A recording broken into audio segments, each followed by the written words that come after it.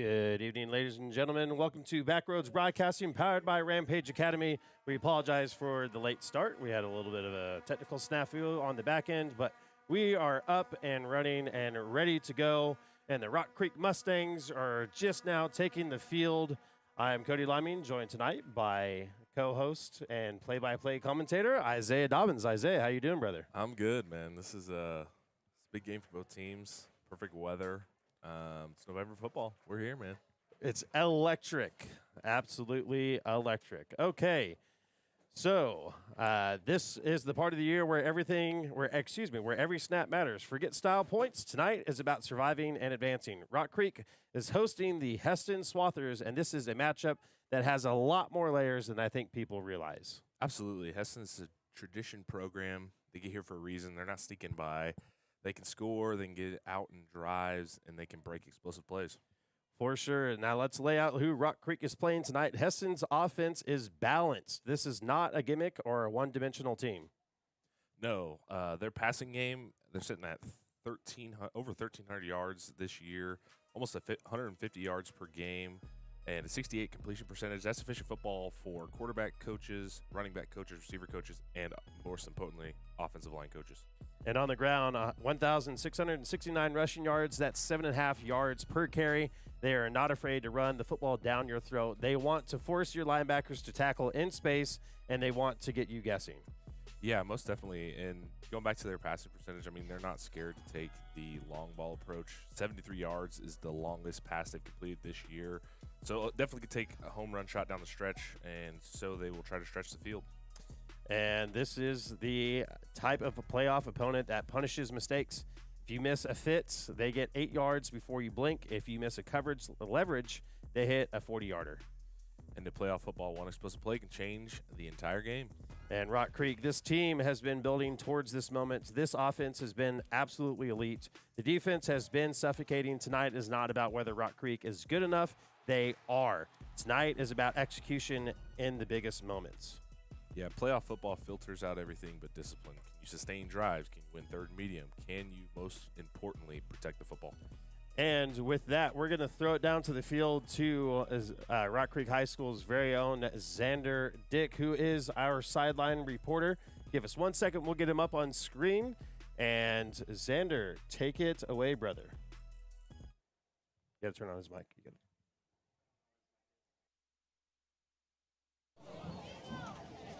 Thank you, Cody. As it is very cold down here. It is 59 degrees and very chilly. I was able to talk to Coach Siebman before the game, mainly about what his execution is about tonight.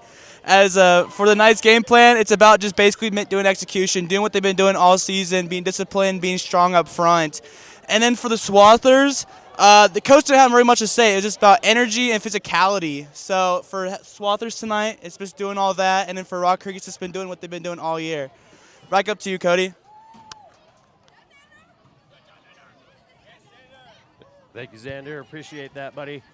So, again, that was Rock Creek's very own Xander Dick as our sideline reporter. We'll hear more from Xander later on this evening. Let's get you in tonight's routes to victory. And we'll do both sides. We'll start with Rock Creek. What are the 3 routes for the Mustangs, Cody?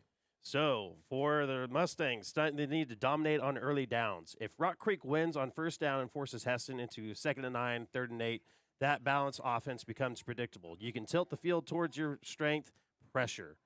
And 2, they need to stay on schedule offensively. No wasted plays, no negative runs, no early sacks. Keep the chains in front. If Rock Creek lives in 2nd and 5, 3rd and 2, this offense becomes nearly unstoppable.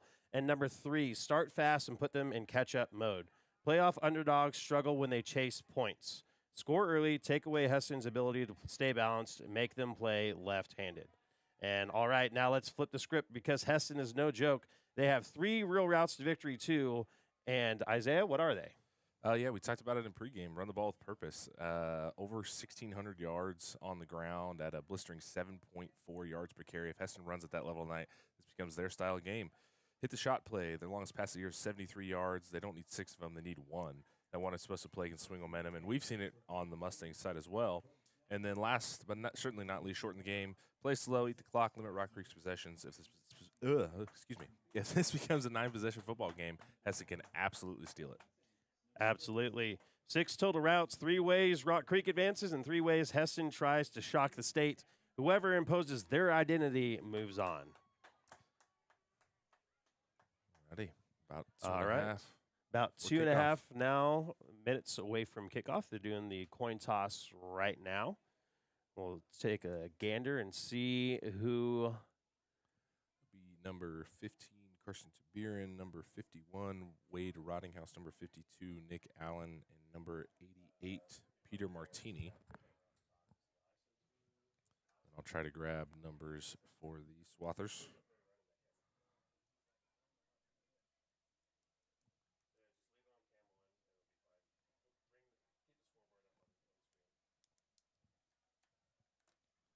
So it is a perfect November Friday evening. About 58 degrees, perfect football weather here tonight at the Rock.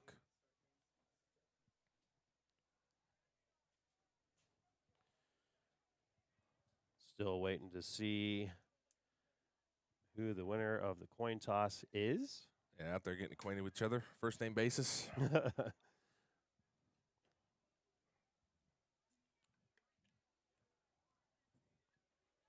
And if you guys are watching from Hesston, thank you very much for tuning into tonight's game. We're here on Backroads Broadcasting.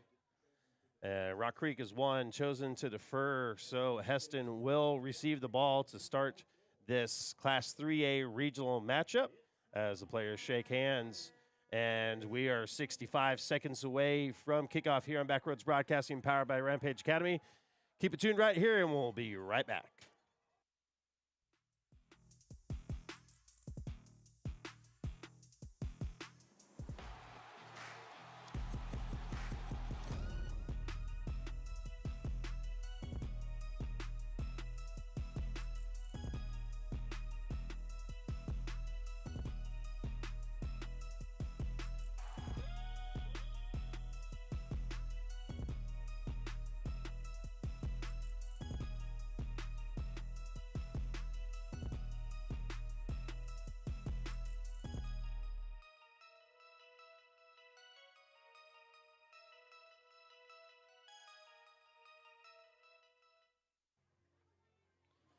Alrighty, ladies and gentlemen, welcome back to Backroad Broadcasting's presentation of high school football. Swathers electing to receive. They'll start with ball first. Mustangs elected to defer, so get the ball coming out of halftime. Captains for the Swathers were number 63, Ethan Couture, number 70, Emmett O'Halloran, number 6, Daxon Deering, and number 2, Jamison Cole. Swathers will have 3 back deep for the return. Pendle set to kick things away. Regional matchup is underway.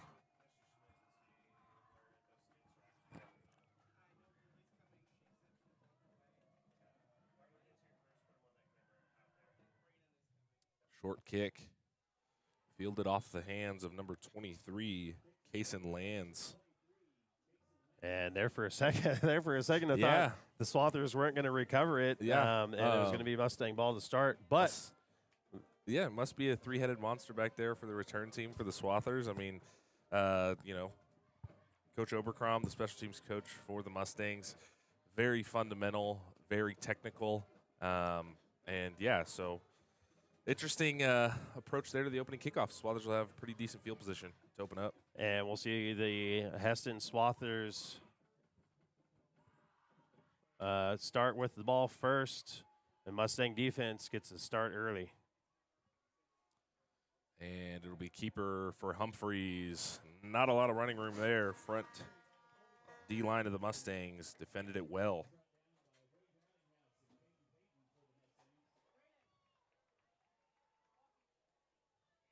That'll bring up no gain on the play.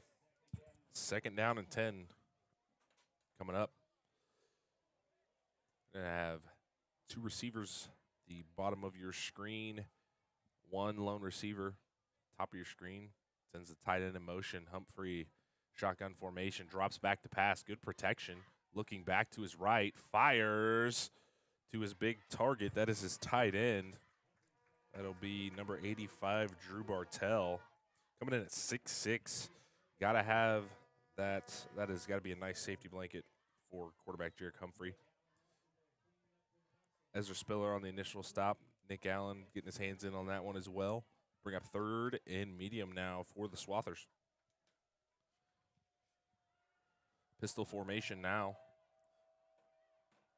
Humphrey takes the snap, spins back to his right, rolling, fires downfield. He's got a man, and just a little too much on that one for Daxon Deering. And Daxon Deering did have a step there. That was number 6 of the Mustangs, Noah Valberg, in coverage.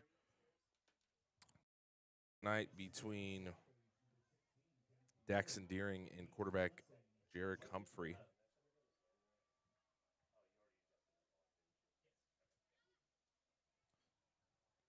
Good punt here, fielded by the Mustangs.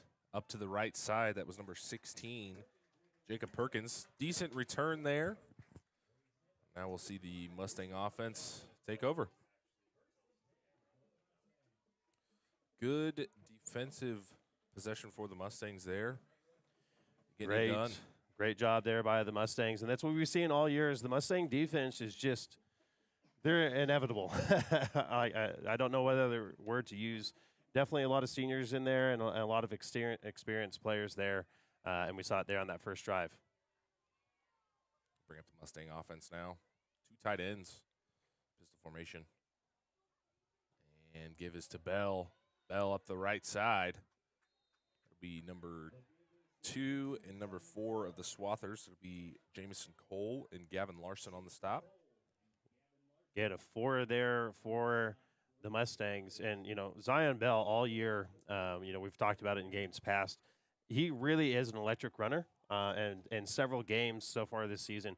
I mean, sometimes when he touches the ball, it's almost like he's 1 or 2 steps away from breaking it free every time. So we'll see if he continues that electric running style this evening. Bell gets the call again, this time up the left side. Good gain of a few there.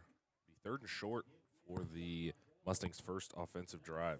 I do like what the Mustangs are doing here, trying to get the run game established early, especially with such a, you know, what threat Zion Bell is coming out of the backfield.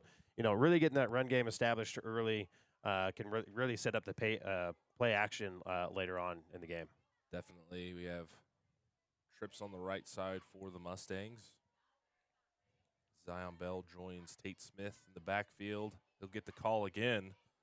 And be a little short of the first down marker. The official's going to say they're going to say he got it. They say he got it. So 1st and 10 for the Mustangs.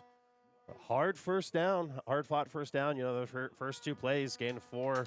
And, you know, the Hesston defense really gets stiffening up there on 3rd down. But the Mustangs do get the first. Yeah. Zion Bell really being the bell cow here for the first possession of the Mustangs. Tate Smith back to pass, fires to his right. It'll be caught the right side. That is number 16, Jacob Perkins. And really great pass there by sophomore quarterback Tate Smith. Right over the defender's head into the breadbasket of his receiver. Great completion there. Yeah, and one thing we've seen year in and year out from this Mustang team is, you know, they have the home run ball, but really where they get their bread butter on the offensive passing game is really, you know, those 10 to 12-yard passes, 5 to 6-yard quick hitters. So we'll have a flag on the play here. Might be a false start potentially on the Mustangs, and that's what they're going to say. Back them up 5. Mustangs, you know, midpoint in the season, I remember that Abilene game. That man, they had a ton of penalties, and really that Abilene game and all those penalties, a lot of them false starts, really kind of they were a drive dampener. Yes. The Mustangs wound up winning that game against Abilene, obviously, but they made it a lot harder than they needed to. And in the playoff game, you can't really have that. Right. Motion man is Skinner. Bell will get the call. Lunges forward. We'll be back to the original first down marker. But yeah, this offense, you know, has a lot of moving parts, but they're pretty fundamentally sound. I mean, it's very seldom that we do see the Mustangs getting into, multiple penalties for multiple yards situations. But with an offense, like I said, that has multiple motions, multiple receivers of that nature. Here's Smith, empty backfield. He's going to get the call from the sideline. Got man, and that free safety is over here on the right side of the field. So see if Smith the receiver can break free. looks right. He connects. That'll be number 16, Jacob Perkins. Yeah, that free safety was kind of shaded over the middle, more towards Tate Smith's right, and they had those 4 receivers out left. Tate, obviously a hot route, hitting that receiver over there on the right. But if one of those receivers there on the far side of the field can bust coverage, there was no one there to help. Yeah. Yep. So hopefully, said. hopefully the coach is up top watching that as we get further into the game. Singer receiver far side. Smith on the give to Bell. Bell up the middle. Decent run there. And it's going to bring up 4th down, it looks like, from the 32-yard line. So that would be a 47-yard field goal. The Mustangs like to kick here, and looks like they're keeping the offense on the field. Yeah, I think this is going to be 4 down regardless. If the Mustangs got past midfield, so we'll see what they draw up here. Martini, the receiver at the top of your screen, single coverage. Smith back to pass, fires to Skinner, and no completion there. Skinner took a shot.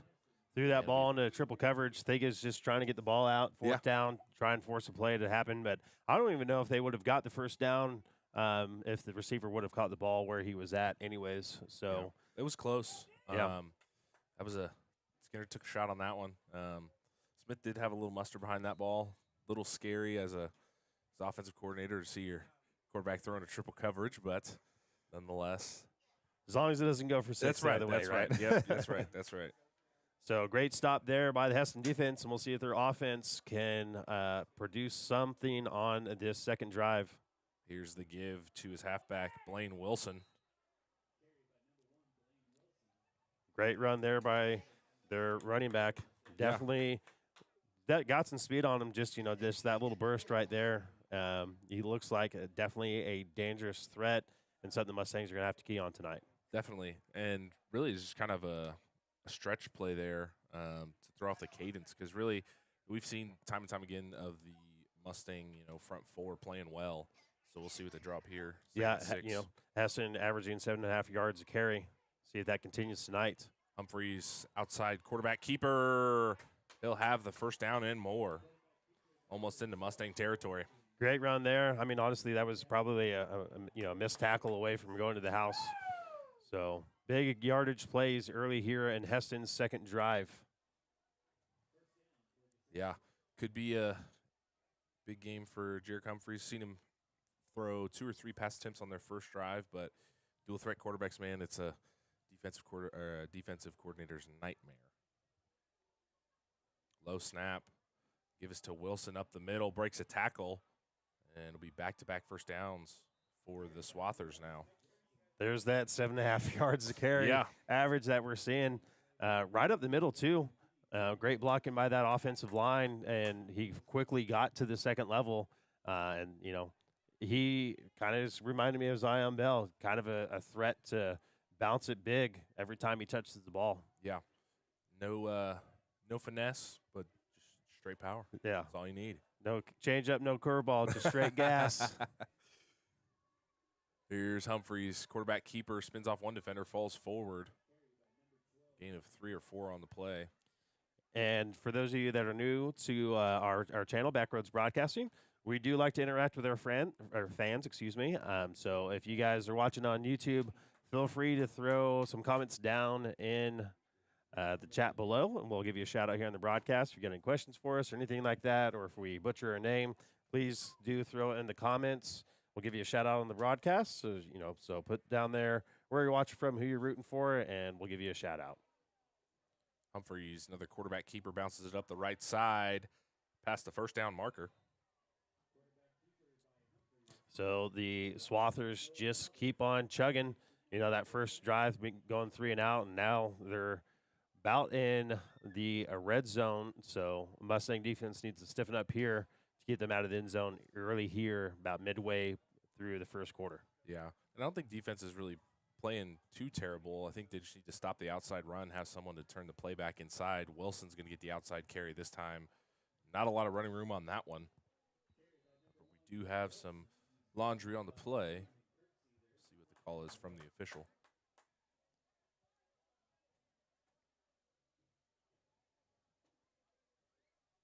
Looks like it might have been in the area of holding after he got it bounced to the outside, and that's exactly what it's going to be.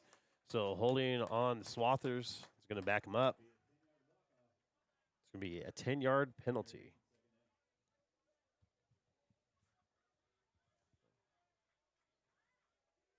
Identical offensive drives here for both the Swathers and the Mustangs. Similar territory. See if the Swathers can capitalize. Strike first here in this regional matchup.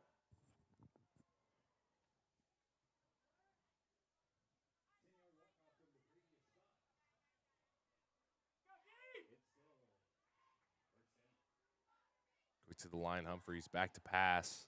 He's got time. He's going to take a shot to his right.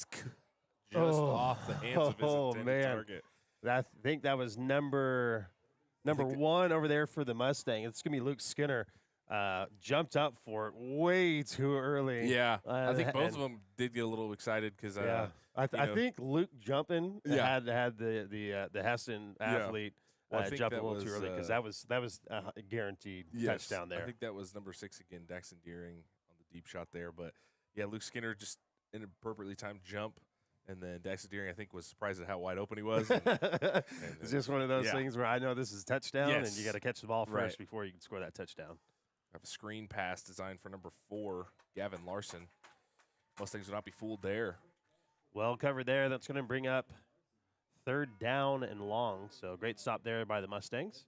And since we are in playoff football, we have some Kent State High School Athletic Association PSAs to read. So we'll go ahead and do that now. So Keisha conducts officials, rules meetings, training clinics, and workshops throughout the state with a view towards providing a sound educational experience for all athletes. We'll continue that here in a second. Humphreys rolling to his right. He's going to tuck it and run it. He'll be slung down by number 51 of the Mustangs. It's Wade Rottinghouse. Wade Rottinghouse. Wade has been absolutely massive all year defensively, and he started out the season running the ball like an absolute tank. I brought that up several times early on in the school year that Wade Rottinghouse absolutely hits the line of scrimmage with ferocity. It is much more exhausting as a defender to tackle a running back that is running downhill at just you wants to full punish speed you. than because 9 times out of 10 I'll take getting my ankles broken than getting ran over. 110%. I'm going to try and finish this PSA real quick. So for more information on becoming an official in any sport, contact the Kent State High School Athletics Association at 785-273-5329. Here's Humphreys, 4th and 17. Steps up in the pocket. Almost breaks off down. 1 sack. Throws to his left to his big tight end. That is number 85, Drew Bartell. Is he going to have enough for the first? I think he's going to be short. Sorry. And it's going to be a turnover on down. Sorry, no, I stepped on you. That was a great play there by the Hesston quarterback to escape the pressure and deliver a strike. Unfortunately, just down distance is too great there, and it's going to be a turnover on downs. Yeah, and got to give a shout out to the Swathers there. I mean, shown love to the tight end. It's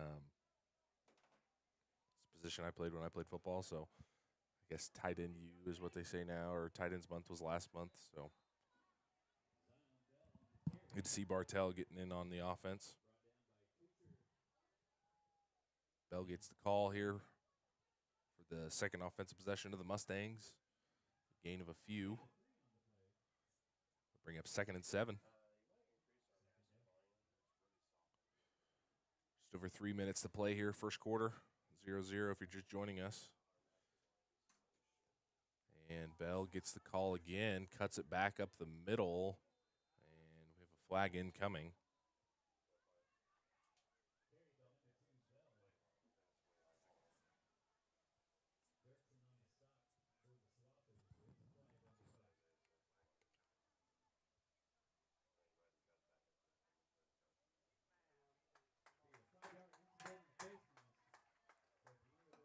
So it'll be a face mask on the Swathers.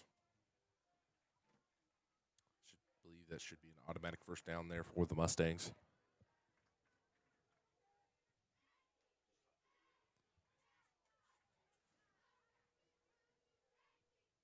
Fresh set of downs now. Smith and company awaiting the call from the sideline. Two receivers split near side. Bunch of receivers far side. Empty backfield for Smith.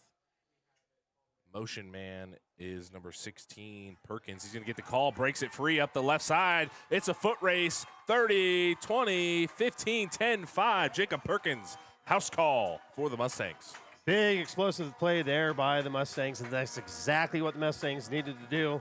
Kind of turnover on downs early on on that first drive, but great job there by the Mustangs to go up 6-0 with 2:45 left to go here in the first quarter. Yeah. Jacob Perkins, the motion man, and really going untouched from that right to left side. House call for Jacob Perkins. Mustangs on top, 6-0.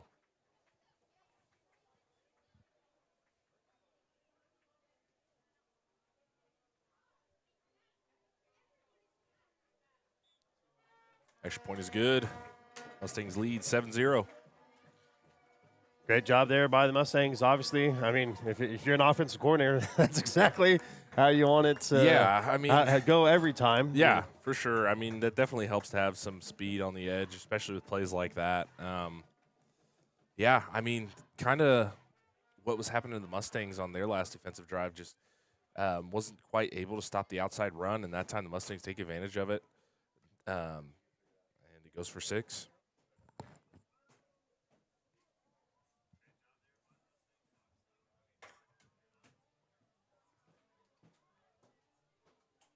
So just under 3 minutes to play here. Just joining us, Cody Liming, Isaiah Dobbins here on Backroads Broadcasting. Mustangs lead 7-0. That touchdown by Jacob Perkins. And the Mustangs are first strike here in this Class 3A regional playoff game. And back deep for the Swathers will be Blaine Wilson and Gavin Larson.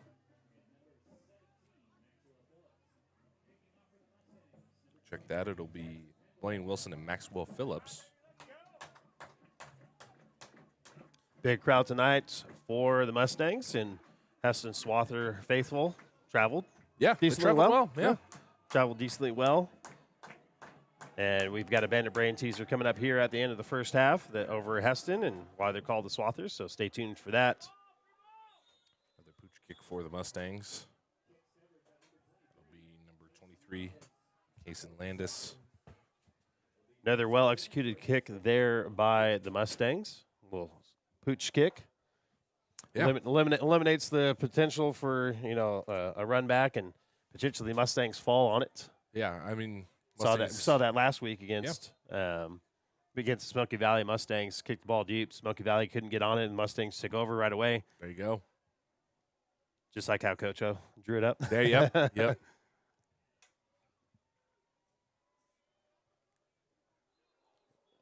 to have some movement. I believe this will be on the Swathers. And luckily, that play was blown dead because that snap bounced off of the running back, I believe, who jumped early. Yeah. And that would have spelled danger for the Swathers. Yeah, I was going to say, if you want to see somebody that has a sixth sense for, special teams, if you just watch Coach O, he knows, before the play is going to happen, the outcome. So, as soon as kickoff breaks past, the 30, he knows it's going to the house, and he's already on the other end of the 50. So Humphrey fires to his right. Be caught.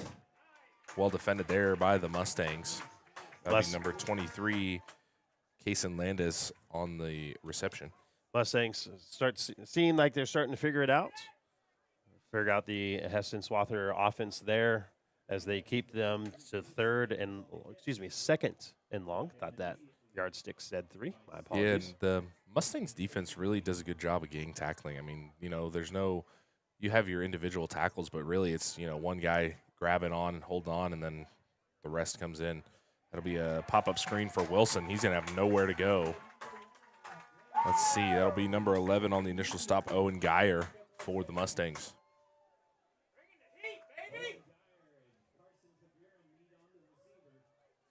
Great job there by the Mustangs. Weren't fooled on that play at all. Now 3rd and long coming up for the Swathers here.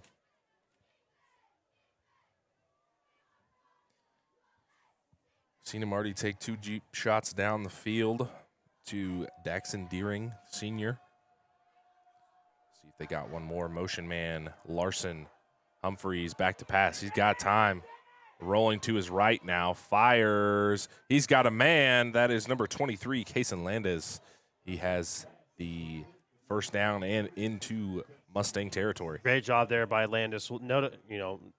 Identified that his quarterback was scrambling and took off down the field, and the Mustang defender just didn't stick with him, and it went for a big completion. So new set of downs here for the Hesston Swathers as they go hurry up. Empty backfield for Humphreys now. Drops back to pass. He's got time. Still in the pocket. Rolls to his right, and he's met. That is by number 51. Wade Rottinghouse. For the Mustangs. Got a flag down on the field. Potential holding call there. And indeed, it is going to be holding on the Swathers. So it's going to back them up. Excuse me, that penalty is going to be declined. So the play stands. It's going to be 2nd and long for the Swathers. Do have to give the quarterback, Jarek Humphreys, credit for the Swathers. He does have good initial protection, but even when the pocket's collapsing, he's still looking for his receivers and taking that shot downfield. Yes, this is great awareness. Give to Wilson. And nice run there. 2nd and 10. Explosive play there. Yeah. Again, I mean, he got almost, he got about 10 yards on that. So great chunk of yardage gained there by the Swathers. It's going to bring up 3rd and manageable now. So Daxon Deering, the receiver at the bottom of your screen. Humphreys, quarterback keeper up to the left side. He's got a hole. He's got blockers. And he'll have the first down. Nice run there from the quarterback, Jarek Humphreys of the Swathers. It's really coming down to blocking, and his patience. The Swathers are really letting the play develop, let their blockers get in place, and it's working well for them so far. Most definitely. See what they draw up here. 1st and 10. Almost into the red zone. 13 seconds remaining. Should be the last play of the quarter. Give us to Wilson. Bounces it out. Slips off tacklers. He'll get out of bounds. Should have time for one more play. And I believe that was Wade Rottinghouse on the stop. So that'll take us at the end of the first. 7-0, your score. And with that, we're going to step aside for a moment and we'll be right back after a word from our sponsor, Prairie Winds. Keep it right here on the Backroads Broadcasting Network, powered by Rampage Academy. Prairie Winds Family Care, we believe great care starts with a simple conversation. We are committed to providing exceptional, personalized care for your whole family. Our goal is simple, to treat you the way you would want your own family treated. From pediatrics and primary care to managing chronic conditions, mental health, hormone therapy, and medical weight loss management, we offer comprehensive services for every stage of life. We are healthcare you can trust right here in the community. Stop searching for a medical home and start building a lasting bond. Schedule an appointment.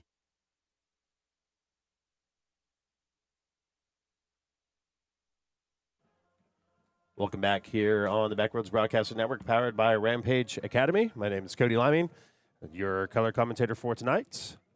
And while we have a moment here, we're going to go ahead and read another Acacia PSA. So imagine you debating or marching before hundreds of people. Kansas high school students have been debating and performing spectacular marching halftime since school started. You are invited to support the fall activity programs of your school. Attend the game, volunteer to judge a debate, enjoy a music program. A public service message from the Kansas State High School Activities Association and Backroads Broadcasting.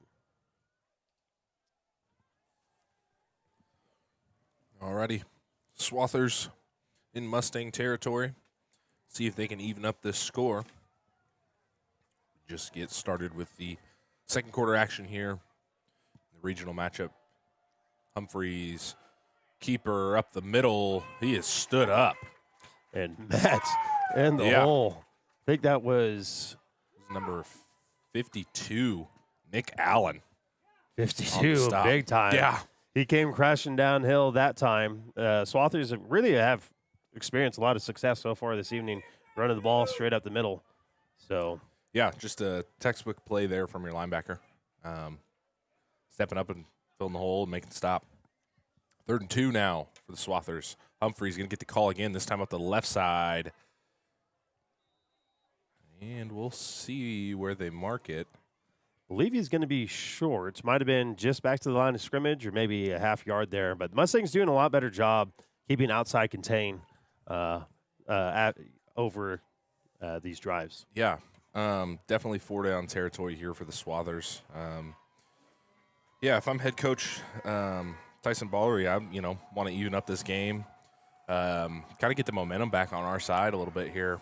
So 4th and 1. See what they like to do here. Stop here would be huge for the Mustangs.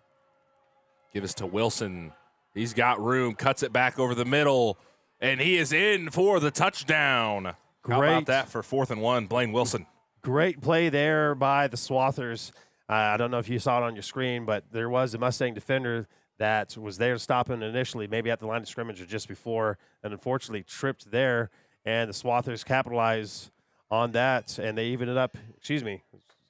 Bring it to 6-7. We'll see if the Swathers tie it up here. Sorry, you got to work 6-7. Yeah, 6-7. Yeah.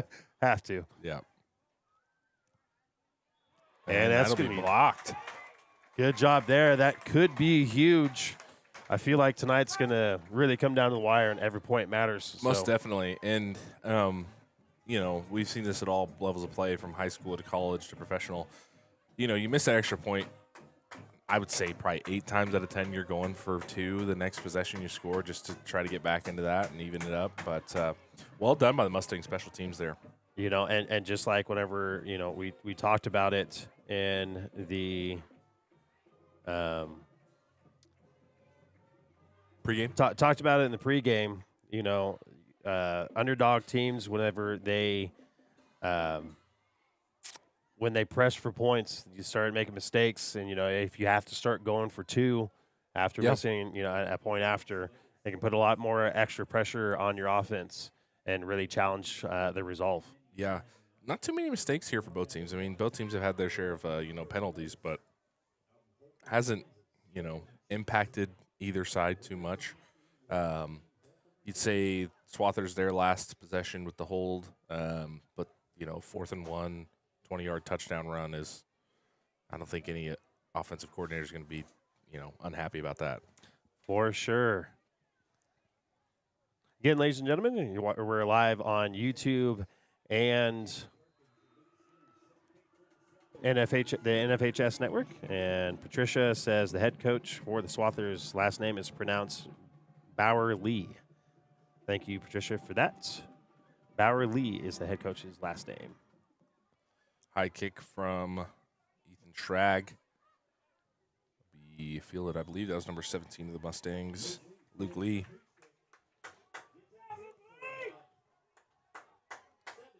Great job there to catch that. If I was on the receiving team and I wasn't expecting to get the ball, if it was me personally, I'd be shaking in my boots. Yeah, well, I mean, I think it was my sophomore year. I was like the 3rd line, and there was a kick that came right to me, and my eyes got really big. I was like, I'm taking this to the house. I only took it like 2 yards, but when you're at that point, you definitely have a shot. Tate Smith wanted the long ball there and just couldn't connect. The intended target was number 16 for the Mustangs, Perkins. Tate saw him breaking down the field and just overthrew him there.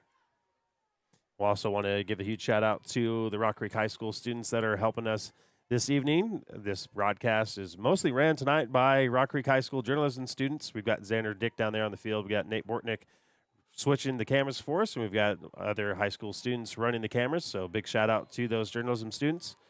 And thank you guys so much for your assistance with our broadcast this evening. Run from Bell there. Not too much going for him there. It'll bring up 3rd and long here for the Mustangs.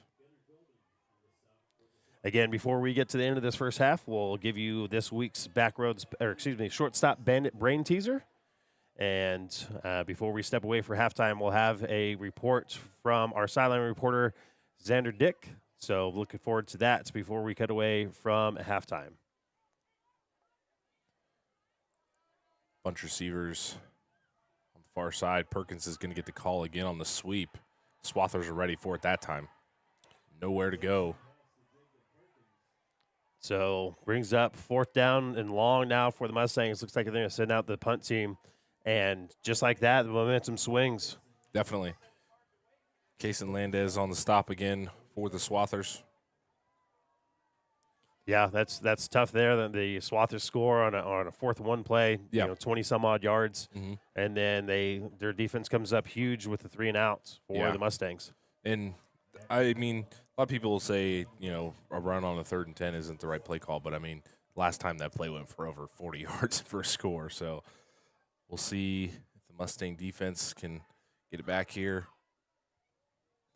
Wilson calls for the fair catch. Great punt there by the Mustangs. And the Swathers going to set up shop 1st and 10 from their own 29-yard line. Yeah, not the first time these teams have seen each other in the postseason. I believe it was 2 years ago. They played each other here at the Rock as well. Not for sure if it was another regional matchup or not, but I definitely remembered making the Game Splash page for the Swathers here recently.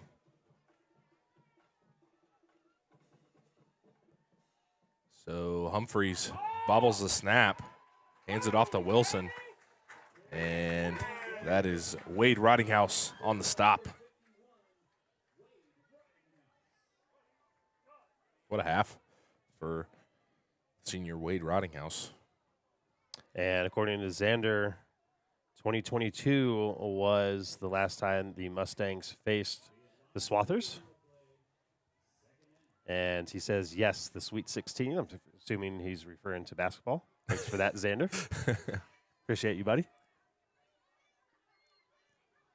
Larson in motion. Humphreys rolling left, flips it to Wilson. Wilson making a move past the first down marker, still on his feet, spins off defenders. Almost into Mustang territory. And if you're counting at home, I believe that was 4 Mustang defenders that he was able to break tackles on before he was finally brought down. Tackles in open space is something that, coaches preach on, and that's exactly why. Yards after catch on that one were enough for a first down.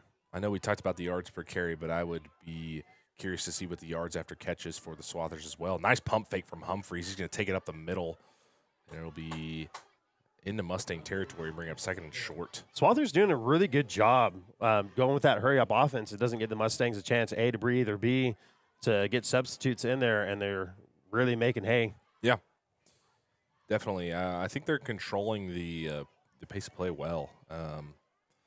Need to go into huddle when they need to, or quick to the ball. We saw before before the end of the half last time. And give this to Wilson, left side. He'll have the first down. Again, Wilson's doing a great job breaking tackles. The Mustangs are definitely going to have to hit and wrap up tonight if they have any chance of stopping him. So far, we've seen him really just run through arm tackles and prove elusive to bring down. So bring up 1st and 10. Ball on the 42, just over 7 minutes to play here. Split receivers either side, shotgun formation. Humphreys give to Newback this time. Wait for the official number here. I believe that's number 16 of the Swathers, Timothy Rhodes. It's his first carry of the evening. And the Mustangs defense really getting tested for the first time this season. I mean, they got a nice test early on in the season against Wamego, but so far the strength of schedule for the Mustangs hasn't proven that difficult. And that can be good for your offense to run through plays and stuff, but your defense getting tested is something you don't want to happen for the first time in playoffs. Definitely. And I think this is the first time they've seen a team as dynamic as the Swathers that really kind of run a similar offense that the Mustangs do, you know. And we've got an injured Mustang down on the field. Not quite sure who that is. It's going to be number 52, I think. Nick Allen for the Mustangs. Athletic trainers attending to him. We're going to step aside here for a moment. Keep you right here on the Backroads Broadcasting Network, powered by Rampage Academy.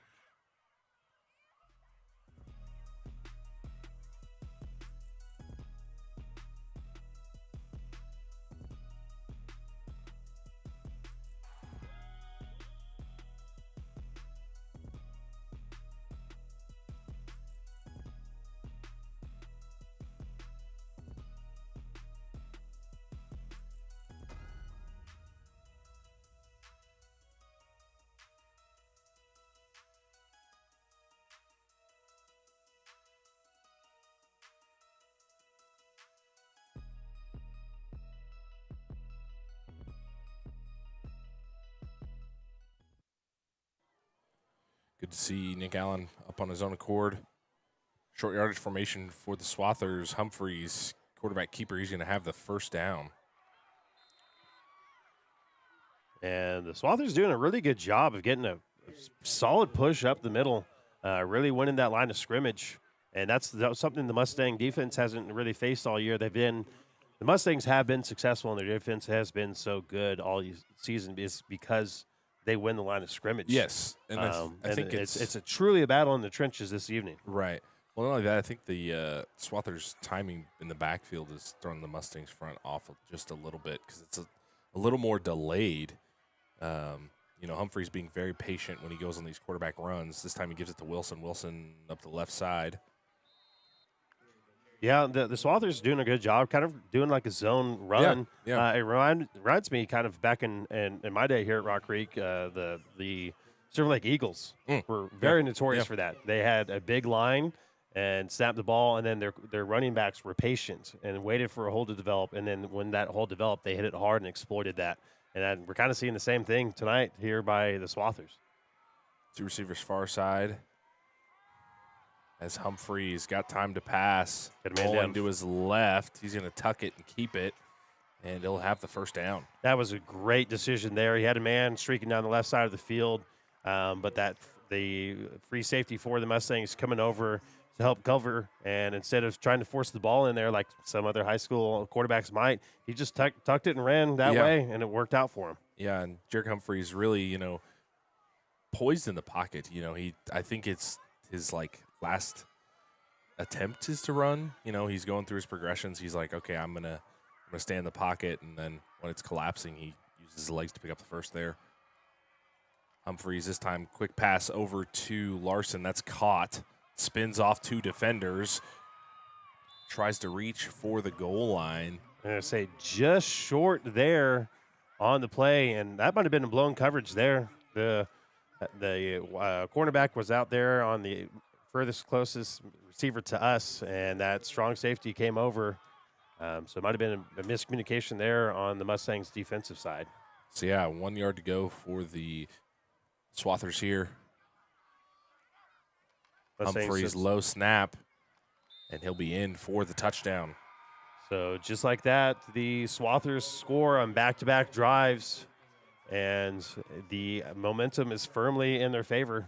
So, I mean, honestly, so what we've seen so far, the Swathers, stalled on their first drive, 3 and out, and since then they've done very well producing on the offensive side of the ball and really have kept the Mustang defense on their heels, doing a great job going with that hurry-up offense when they need to, like you mentioned, going into the huddle when they need to, but that is definitely working out well for them. And I think the Mustangs, it might come down to, I think, the trenches tonight, winning at the line of scrimmage and then also time of possession. If the Mustangs keep the ball out of the explosive Hesston Swathers offense, stand a better chance, and that point of after attempt is going to be good. So your new score is 13-7 here with 4:18 left to go here in the second. Yeah, that's well said there, Cody, because, I mean, I think their defense is doing a good job. I'd like to see them coming at halftime, maybe drop a few blitzes, try to get after the quarterback a little more.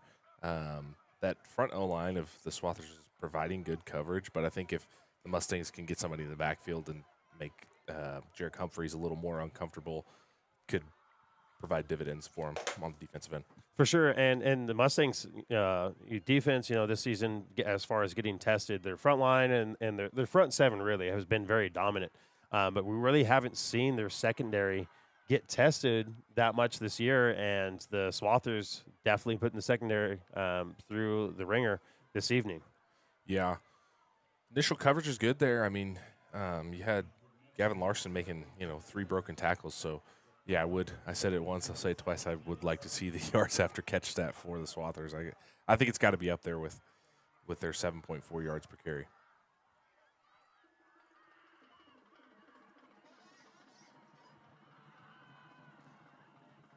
So, number 7, Ethan Schrag, set to kick things off. Luke Skinner and Jacob Perkins back deep for the Mustangs. High kick. Skinner will field that one. Looking for a lane to run. He's going to bounce it out to the left side. And he'll be slung down out of bounds. We're going to have 2 flags on the play. It looks like one potentially on the Mustangs, and we'll see what that second one was. Could have been a late hit out of bounds. Yeah. Could be proved to be a good break for the Mustangs, but we'll see what the white hat says.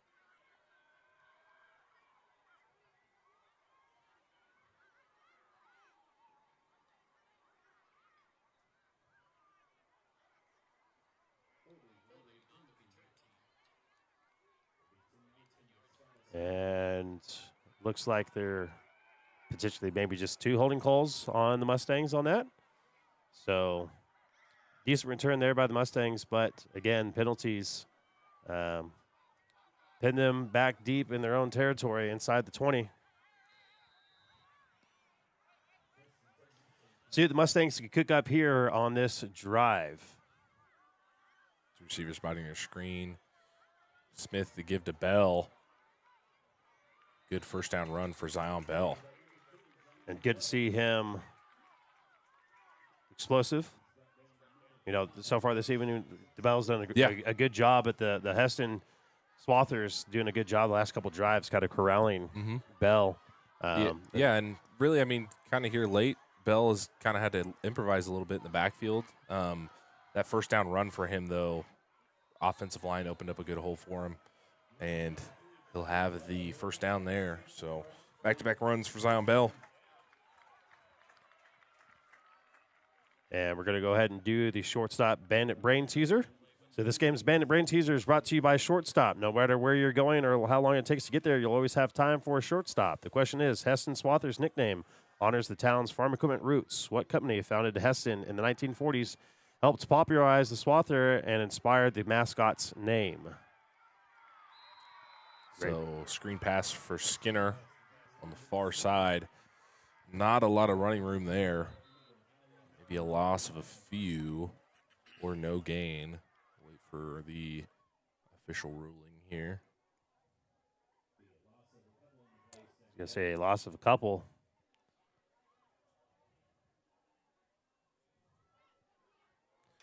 Mustangs look like they're trying to hurry up as well. Yep, bring up 2nd and 12 now. Just under 3 minutes. The pacing threw me off there. I thought we were going to have enough time to get the Bandit Brain Teaser off, and I was mistaken. Smith give to Bell. Bell carrying defenders. He has the first down. And that's what the Mustangs need. They need to get something going. The atmosphere in the stadium is definitely all Hesston's way, and that big play right there doing the Lord's work and trying to bring the Mustangs back into this game.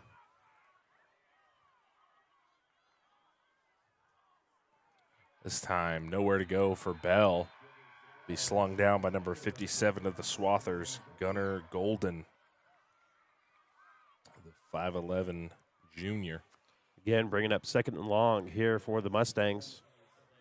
Great job by the Swathers defensive line to get through the Mustangs. Got a little over 2 minutes to go here in the first half, and I think the coaches have quite a bit to discuss at halftime. Stacked receivers near side. Skinner in motion. Smith back to pass. Fires over the middle. Reaching, catching. That is Jackson Kirby. Great catch there. Had to reach behind his body a little bit to make that catch, but brings it in, and it's a huge first down for the Mustangs. So just like that, in 3 plays, the Mustangs march it down the field to the Swather 35. Minute 50 now. Skinner in motion again. Smith back to pass. Pocket collapsing. Rolls to his right.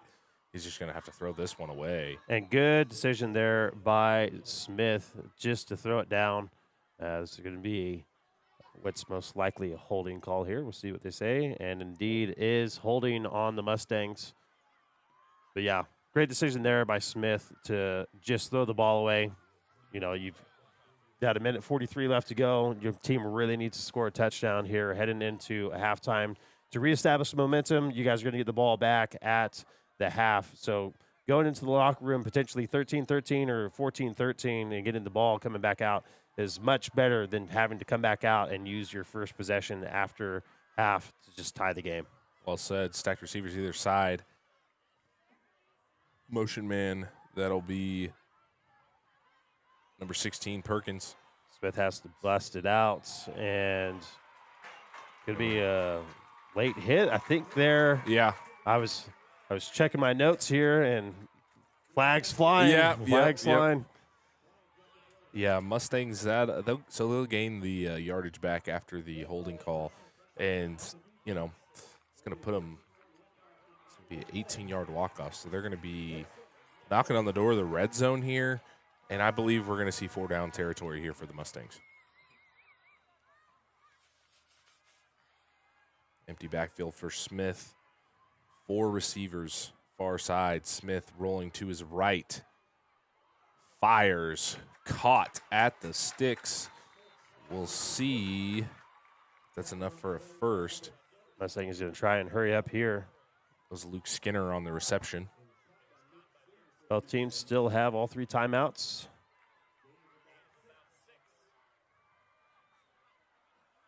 Minute to play here, second quarter. And this red zone is brought to you by Farmers State Bank. Less than a minute to go here in the first half. Bell, keeper, bounces off one defender. Makes something out of nothing. Keeps his legs churning there. And looks like the Mustangs are going to call a timeout.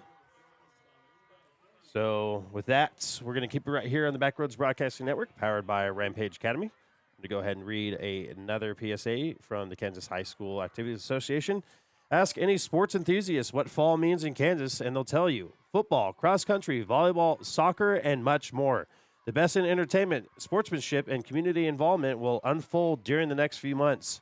Activities give fans the opportunity to show how much pride they have in our youth and to talk about their accomplishments. Support your school student body, faculty, and administration. A public service message from the Kansas State High School Activities Association and Backroads Broadcasting. Again, thank you to the Rock Creek High School students that are assisting us running tonight's cameras, and Nate Bortnick being our executive producer, doing the switching for us. So apologize about some of the camera movements. We are trying our best here to help support these youth. And we're back in action, 45.5 seconds left to go here in this first half. Shotgun formation for the Mustangs. Smith joined the backfield by Bell. Perkins, motion man. Smith, plenty of time to throw. Fires to the back pylon. Perkins, touchdown. Number 2 on the day. Great Jacob job Perkins. there. And Smith knew all the way exactly where he's going. Great job to put it in the back corner of the end zone. Couldn't be a better throw. Great toss there by sophomore quarterback Tate Smith. Yeah. Most definitely. Another house call there for Jacob Perkins. But, yeah, like you said, Cody, great ball. Left Perkins there, athletic enough to make the play. Back pylon. I mean, couldn't draw it up better than that. And number 23, Jackson Pendle, in for the Mustangs to kick the extra point to make it a 1-point game. And it's good. Things gets a little interesting now. So Swathers have that first touchdown, extra point block. Mustangs 1-point lead to get the ball coming out at halftime, have the momentum. So, I mean, there's still plenty of time on the clock here. There is. I mean, there's 39 seconds left, and we've seen that the Swathers do have a very explosive offense. So, definitely some time left here, and if I were the Mustangs, you need to stay focused and not be thinking about going back into the locker room at halftime. Yeah. So we'll see, especially with this kickoff, if they elect to kick it deep, just put it in the end zone, have full field. You know, if I had to guess, Coach O is going to still plan to do a pooch kick. Yeah. You know, because it's better to maybe give up 5 yards or so on the return, knowing that your defenders are going to get there and plenty of time by the time he catches it, rather than try and potentially give up a touchdown. Sure. Yeah. Because really controlling the momentum in this game, I think, is going to be one of the biggest keys to victory for both sides. Mm-hmm.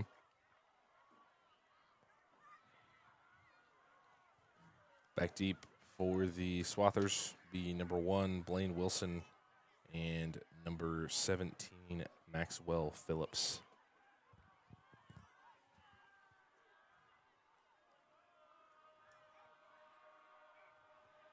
$39.1 to play here just before halftime. And we'll go over that bandit brain teaser again before we break away for half. So stay with us. Another pooch kick.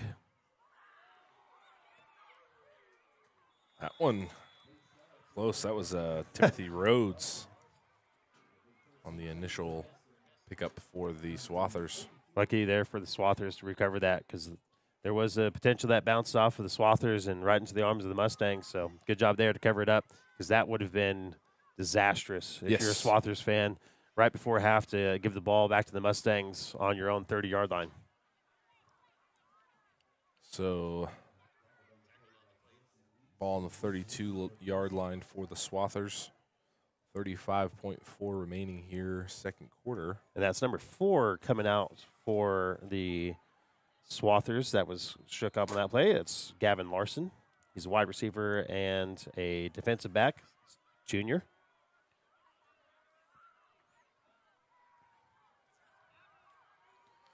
Split receivers either side. Humphreys give to Wilson. Wilson up the left side.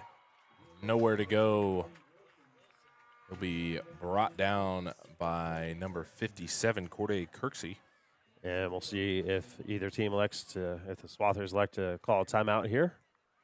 They still have all 3 of their timeouts, if I understand correctly. And it looks like they're satisfied to just let this go to half.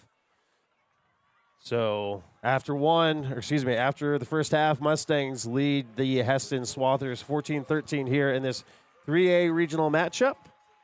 And we're going to go ahead and redo that shortstop bandit brain teaser. So this game's bandit brain teaser is brought to you by Shortstop. No matter where you're going or how long it takes you to get there, you'll always have time for a shortstop. So the question is, Hesston Swathers' nickname honors the town's farm equipment roots. What company, founded in Hesston in the 1940s, helped popularize the Swather and inspire the mascot's name? So this is according to ChatGPT. I tried to fact check it. And so if I get this wrong and you're watching from Hesston, my apologies. Throw your guesses down in the comments below, and we will get back to that whenever we get back from half. And before we break for a halftime, we're going to throw it down to the field for a little report from Rock Creek's very own Xander Dick. Xander, throw it away, buddy. Thank you, Cody. Yeah, it's been very electric down here. There were some points where it was very silent because of, the momentum shift. There is some concern as one of the stars for Rock Creek kind of went down with, I believe, a head injury. But other than that, Rock Creek has been pretty electric down here. The sideline has been pretty cool. After scoring the first touchdown of the game, Coach Smith went right to the film and right away was telling them what they could do better. And then defensively, after every drive, they went straight to the monitor and talked about what they could do better. So pretty excited to see what they're going to talk about next half. Do you take it away, Cody? Thanks, Xander. Appreciate that. So after the first half, Mustangs lead the visiting Hesston Swathers 14-13. Keep it right here on the Backroads Broadcasting Network, powered by Rampage Academy. We'll be right back.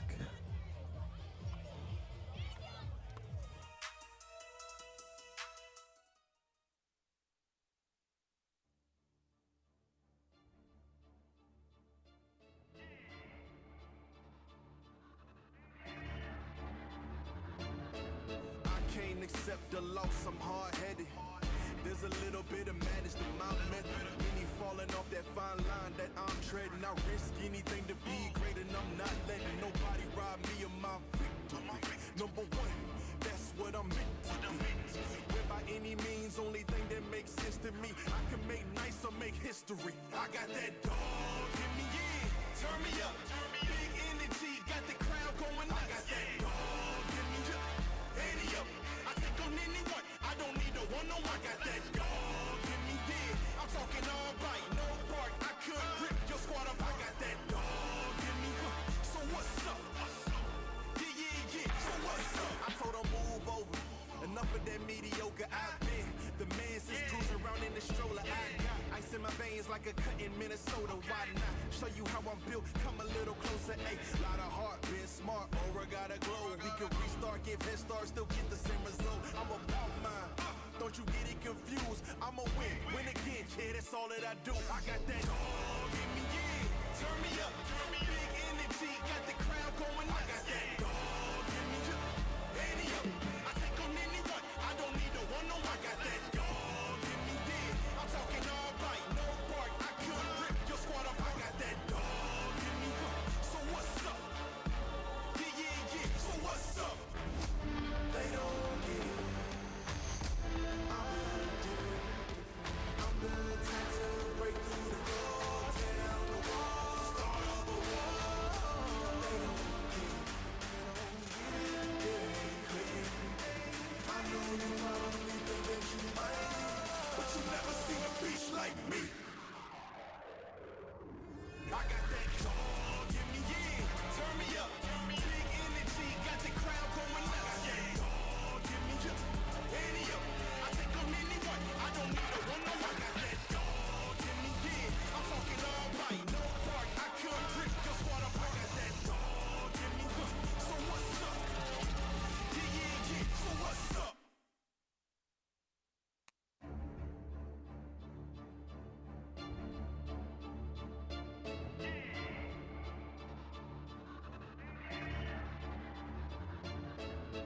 Can't accept the loss, I'm hard-headed.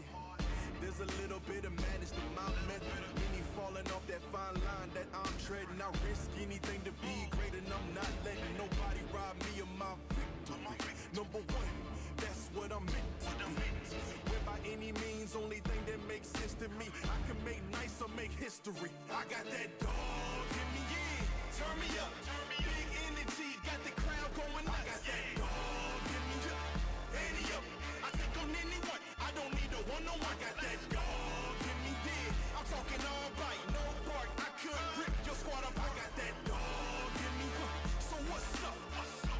Yeah, so what's up? I told her move over, enough of that mediocre. I've been the man since cruising around in the stroller. I got ice in my veins like a cut in Minnesota, why not? Show you how I'm built, come a little closer, ayy. Lot of heart, been smart, aura gotta glow. We can restart, give head start, still get the same result. I'm about mine, don't you get it confused. I'ma win again, yeah, that's all that I do. I got that dog in me, yeah. Turn me up, big energy, got the crowd going. I got that dog in me, yeah. 80 up, I take on anyone, I don't need a one-on-one. I got that dog in me, yeah. I'm talking all bite, no bark, I could rip your squad up. I got that dog in me, so what's up? Yeah, so what's up? They don't get it. I'm different. I'm the type to break through the door, tear down the wall.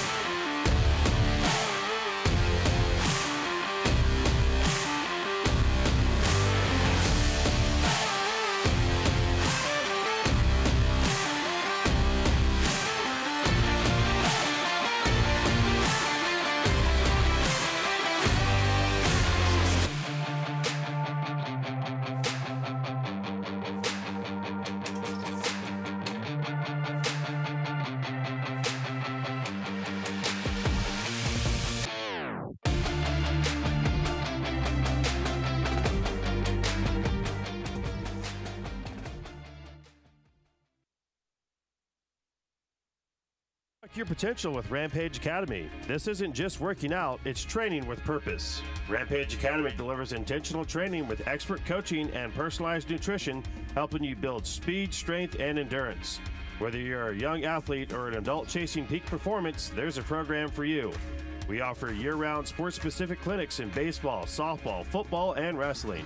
Stay updated and register through the Rampage Academy app or online at rampage-academy.com. Don't wait to get better. Train to be your best. Find your next level at Rampage.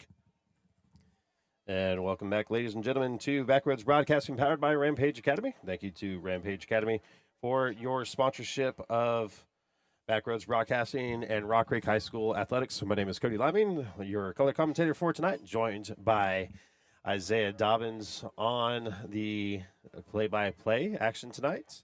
So we're going to go ahead and get to that shortstop Bandit Brain teaser answer. So, Nate, if you could do me the honors of putting that back up there. So the question was, the Hesston Swathers nickname honors the town's farm equipment roots. What company founded in Hesston in the 1940s helped popularize the Swather and inspire the mascot's name? That answer is the Hesston Corporation, the farm equipment maker behind Hesston branded Swathers, now under AGCO. So Hesston was a huge deal in the farming world. They were one of the first companies to mass produce Swathers and round balers. Their equipment changed the way farmers harvested hay and grain. Over time, the Swather became so iconic that in that region of Kansas, that Hesston High School adopted the name Swathers as their mascot, literally named after the piece of farm machinery. So congratulations to Shelly Hageman, I'm assuming that's how you pronounce your last name, for getting that correct. Thank you to a shortstop for your sponsorship. And we're back here about 2.5 minutes before kickoff here in the second half. And before we give our commentary over the first half, we're going to throw it down to the field to Xander Dick for his thoughts on the first half and what he sees for the second half. Go ahead and take it away, Xander. Thank you, Cody. My personal opinion on the last half, or for this half, I should say, sorry, is they got to be more physical in that D-line. They went into the backfield a couple times tonight, but against these Swathers, they got to play a lot more physical. This Swathers offensive line is very physical. Their center's 380 pounds, very physical, and they just got to get to this quarterback. This quarterback has Lenore Sellers' build, if you guys don't know who I'm referencing. He's the South Carolina quarterback. Very physical, very tough. And then lastly, they just got to keep that quarterback just, contained. He's been getting out of the pocket so much tonight. If they want to win this game, they're going to have to contain him. So that's all I have for this half. Back up to you, Cody. Thank you for that, Xander. Great job there. Yeah, I got to appreciate the college football nod there. What can I say? Guy knows ball, man. Guy knows ball. Guy knows ball. Thank you, Xander, very much. We are excited to add that sideline reporter piece to our broadcast. So, yeah, I agree with Xander. The Mustangs definitely need to be more physical. We talked about it in the first half. The Mustang defense really hasn't been tested that much this season. The front seven for sure, and the secondary not so much this season with the opponents that we've played in the past. But the Swathers definitely all that and a bag of chips. Very defensive. Explosive offensively, and are not too shabby on the defensive side of the ball either. So really, what I foresee in the for the second half, Mustangs need to win that front seven, and I've just got word that Xander has some more information for us. So, Xander, go ahead and take it away, buddy. Thank you, Cody. I was just informed that Rock Creek is losing one of their best defenders / linebackers as he's ruled out for the rest of this game with a concussion. So we shall see how the Hesston will adapt to that and overcome and be able to take advantage of that. So back up to you, Cody. Thank you for that, Xander. I feel like we're official getting injury reports and stuff. Obviously not giving out any names or anything like that. All that's missing is like a interview with both opposing teams' quarterbacks. Yeah. And then we have a catchy theme to play before the game. We'll get there someday. Buddy. Yeah, so. Carrie Underwood playing something like that. Yeah. Oh yeah. I don't think we can afford that on our little budget, but we do what we can.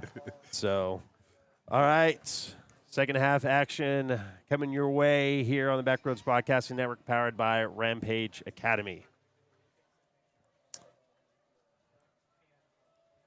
Luke Skinner and Jacob Perkins back deep for the Mustangs. Skinner's going to grab this one. Bounce it up the middle. Got a flag on the play. See what that's about. And there's another flag. One. So a little bit of back and forth there between, I think, we'll see if he turns out either number 5 or number 3 and number 2 so number 3 for the Mustangs, number 2 for the Swathers. I think that might have been the second flag that came in. A little bit of extra action after the whistle. See what the white hat says. I'd be curious to know. Maybe we could use this for a future Bandit Brain teaser, but I'm curious how many flags a ref holds at one time. How many they hold? Yeah. Just one, because Just I've one? seen it a Okay. million times in college and NFL. They have to throw their they don't hat have for another flag. Yeah. Yeah. I didn't know if they had one on each hip. So it's going to be a holding and a face mask on the Mustangs. So that's the third penalty, I believe, for the Mustangs tonight, and all three have been drive killers. Yeah, it's been on the receiving unit all times too. I mean, Mustangs have a decent return. They get out to the 30, and then just kind of making things a little harder on themselves, starting back. Makes it that much more 15-yard line. Yeah, makes it that much more difficult on the offense. But let's see what they can cook up here. Stacked receivers either side. Smith give to Bell up the middle, nowhere to go. Swathers were ready for that one. And Zion a little bit slow to get back up, but looks like he is fine and will stay in the game.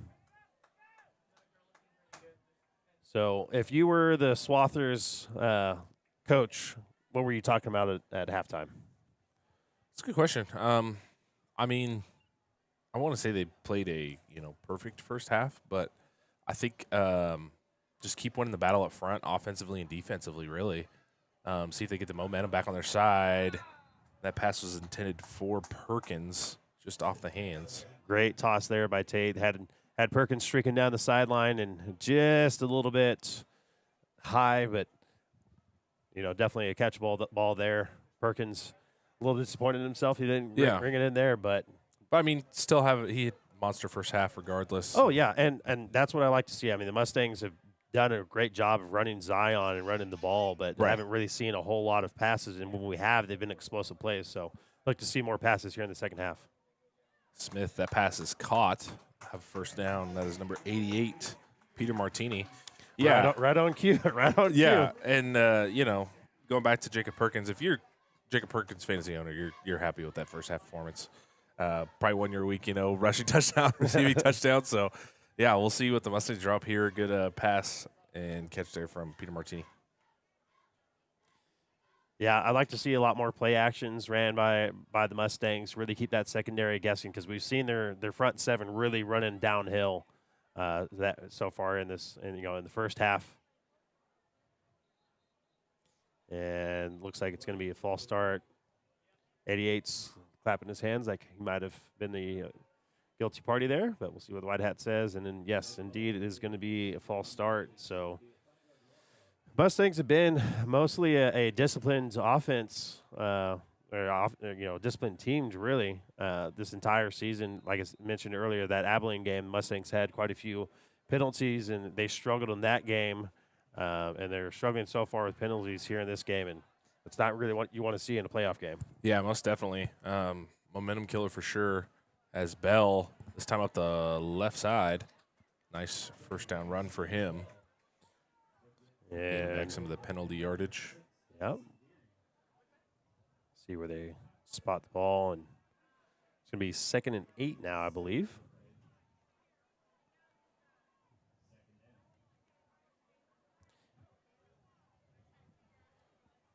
So it'll be 2nd and 8 now for the Mustangs. Smith, play action pass, rolling to his right, fires. And Bit of a miscommunication between Smith and Martini on that one. Looked like a comeback route for Martini. that play made me a little bit nervous. I saw the receivers downfield and the coverage, and wasn't quite sure where that ball was going. Yeah. But it landed safely away from any Swather defender. and it's going to be 3rd down.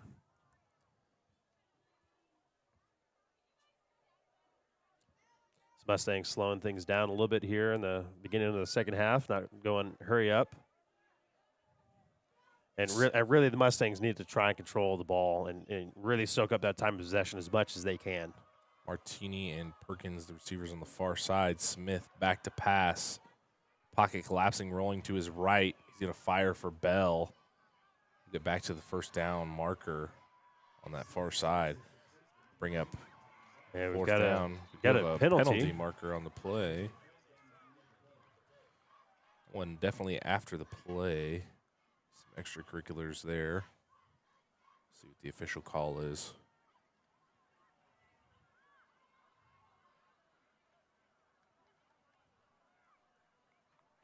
Talking over there. And that's huge. That's 2 big penalties for the Swathers. We saw it there in the last drive before half with the Mustangs. Big penalty came up, and the Mustangs new life, fresh set of downs. And same thing here. Had them pinned 3rd and long, and that's going to move the chains. Peter Martini, the receiver at the bottom of your screen. Give us to Bell. There's a good run for Zion Bell. And there's the Bell that we're accustomed to seeing all season. Like I said, Bell, when he's in the rhythm, he is one of those runners that, any touch could go to the house. Yeah. And, the Swathers really, had the Mustangs where they wanted them in that defensive possession, but then the flag on the far side there. But, had the little check down to Bell, had him on a 3 and out, and they were looking to get the ball back, to get the momentum back, but Mustangs staying alive here. Just a quick pass over to Skinner. They'll have the 1st down. And the Swather defensive line doing a great job getting through the Mustang offensive line and putting pressure on Tate Smith. We've seen them already, corral plays in the backfield already. Yeah. And if you're Tate's done a good job of keeping us cool and looking downfield when he gets out of the pocket. So good job by him there. 3 receivers near side. Pistol formation for Smith and Co. And give us to Bell. Up the left side. Bell into the secondary. Still on his feet. Dragging defenders. He'll have a 1st down and more. Great run there by Zion, and with that, it gets the Mustang faithful into this game. As there's, what do you call those? The horns? Remind me of a old like Viking war horn or something. something. I think they graduated because back in when you and I played, it was cowbells. Got to have more cowbell. Not when there's 500 of them going off around your head. 1st and 10 now for the Mustangs. Smith give back to Bell. Bell up the left side again, lowering his shoulder. Falls forward. Back-to-back good runs for Zion Bell. And that's definitely what you want to see if you're the Mustangs. Keep the ball on the ground, keep the clock running, keep Zion well-fed and trudging down the field. If it ain't broke, don't fix it, right? Exactly. And if the Mustangs are able to score here, that would be huge. Would be. The momentum in their favor. And just right now, if you're the Mustangs, you just really want to keep that Hesston offense off the field because they are so explosive and have done a great job tonight. Here's Perkins. Sweep going the other way. Sniffed out by the Swather defense. There's got to be some pun there between Swather and swarming. Yeah, I think so. I'm going to work on it. Yeah. I'll work on it. Let him cook. Also, ladies and gentlemen, we, like I mentioned earlier in the broadcast, we like to interact with our fans. So if you guys have any words that are family-friendly that you want us to try and work into the broadcast, please put them in the comments below. My favorite's discombobulated. There we go. My favorite word. Just under 7 minutes left to go here in the 3rd quarter. Martini, single coverage, near side. Give is to, I believe, Newback for the Mustangs. 22. That'll be number 22, Luke Smith. So Zion Bell getting a much-needed breather. Bring up 2nd and 10 now for the Mustangs. Yeah, I'm surprised that the Mustangs stopped having Wade Rottinghouse be a running back because, like I said, first game against Bishop Ward, and I believe the second game, he got quite a few touches. Yeah. And if anything, he's good for just punishing Yeah, whoever he meets sure. at the line. For sure. He wasn't breaking big plays, but he was definitely running hard.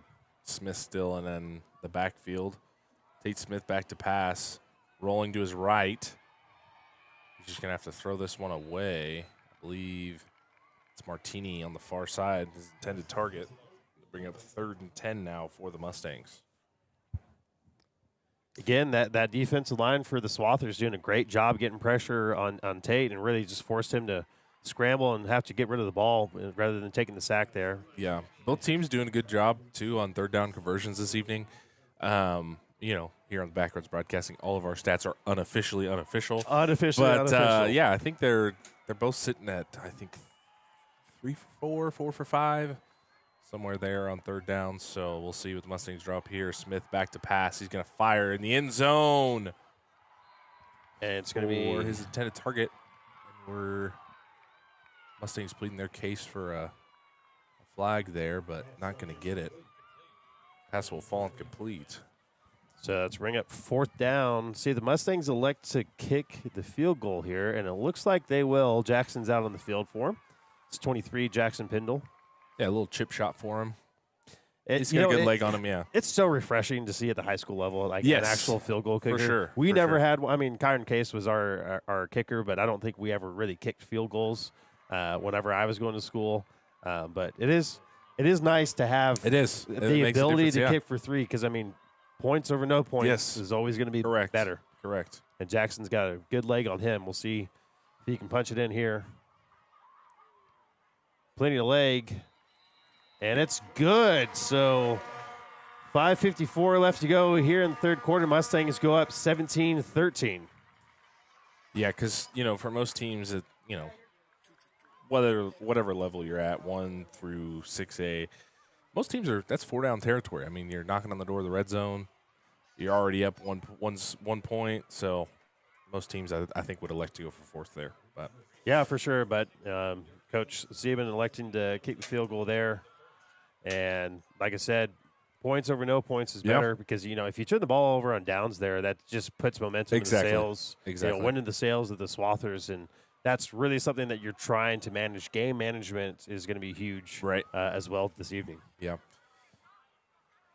Most definitely, as we are just under 6 minutes to play here, 3rd quarter. Back deep for the Swathers will be number 1, Blaine Wilson, and number 17, Maxwell Phillips. Sorry, Cody. No, you're fine. And, I mean, this game's really reminded me of the Wamego game because that was definitely a close game. Good test for the Mustangs. And, being up here in the booth for a good, tightly contested game like this it's a treat. It is. Yeah, Christmas came early, and we've been saying it for years. This conference of 3A football in Kansas is right up there with some of the best. I mean, you have historic teams and teams that long really, rivalries. Yeah, you got the Abilene Chapman rivalry that's been going since the 1800s. Another pooch kick here. Be fielded by number 16, Timothy Rhodes of the Swathers. Clean field there. So we'll see the Swather offense back on the field for the first time this second half. And Mustangs did a good job taking, 6 and some change minutes off the clock. Yeah. And really, Swathers in that second quarter were really kind of imposing their will offensively. They were very run-heavy, led by their quarterback, Jarek Humphreys, as this time the give is up to Blaine Wilson. And again, right up the middle, almost gets the first down yardage there. Be a couple short, I think.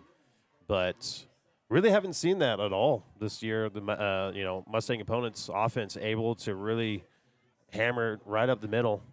So bring up 2nd and 4, 6 yards on the first down for Blaine Wilson.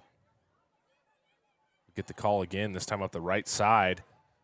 He'll be tackled initially by number 11, Owen Geyer.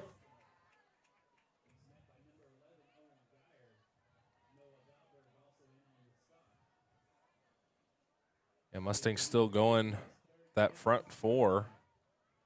Would be curious to see if they add an addition to the defensive line.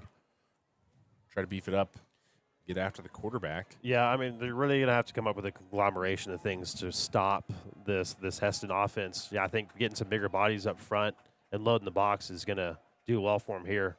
Humphreys, outside run, falls forward. He has the first down. Yeah, things are getting interesting here in this third quarter. Mustangs come out, put 3 on the board, take about half off the clock. Yeah, now here come the Swathers now. It's really going to be it's going to be a game of possession. Yes. I think really because both teams have good defenses, but it's it seems like even better offenses so far. And this time the give is to Phillips. Tries to bounce it out on the left side. Nowhere to go.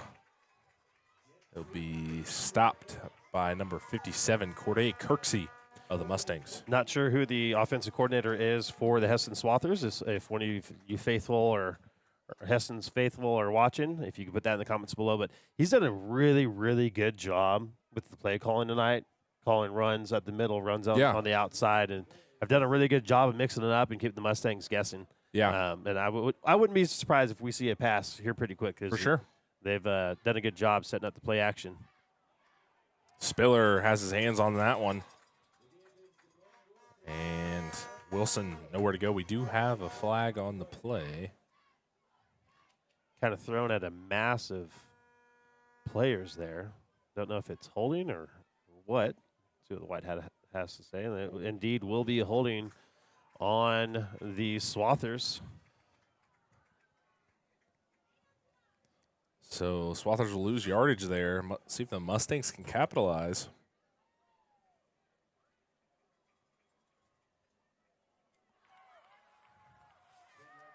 So big penalty there for the Swathers. Yeah. We'll see if they can recover on this long second down play. Humphreys back to pass. There's another holding call. He's going to be brought down by who else? Wade Rottinghouse.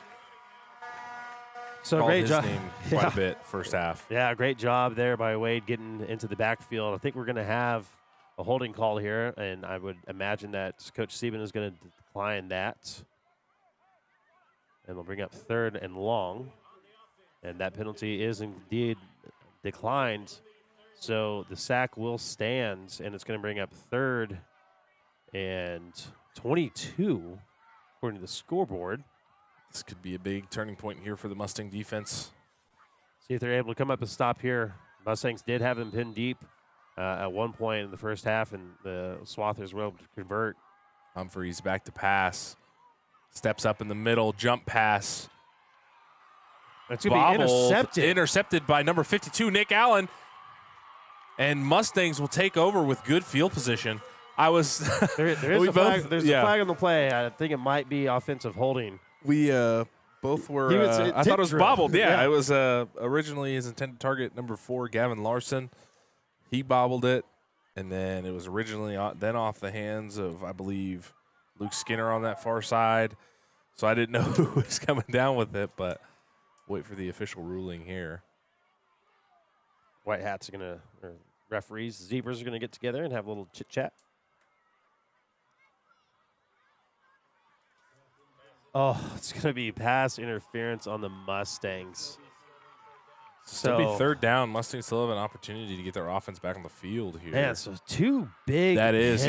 Yeah. You know, the first one being on the Swathers when they're driving and pins back deep, and then right there when the Mustangs get force a turnover, penalty is called, and that's tough. Now it's 3rd and somewhat manageable. 3rd and 11 for the Swathers coming up.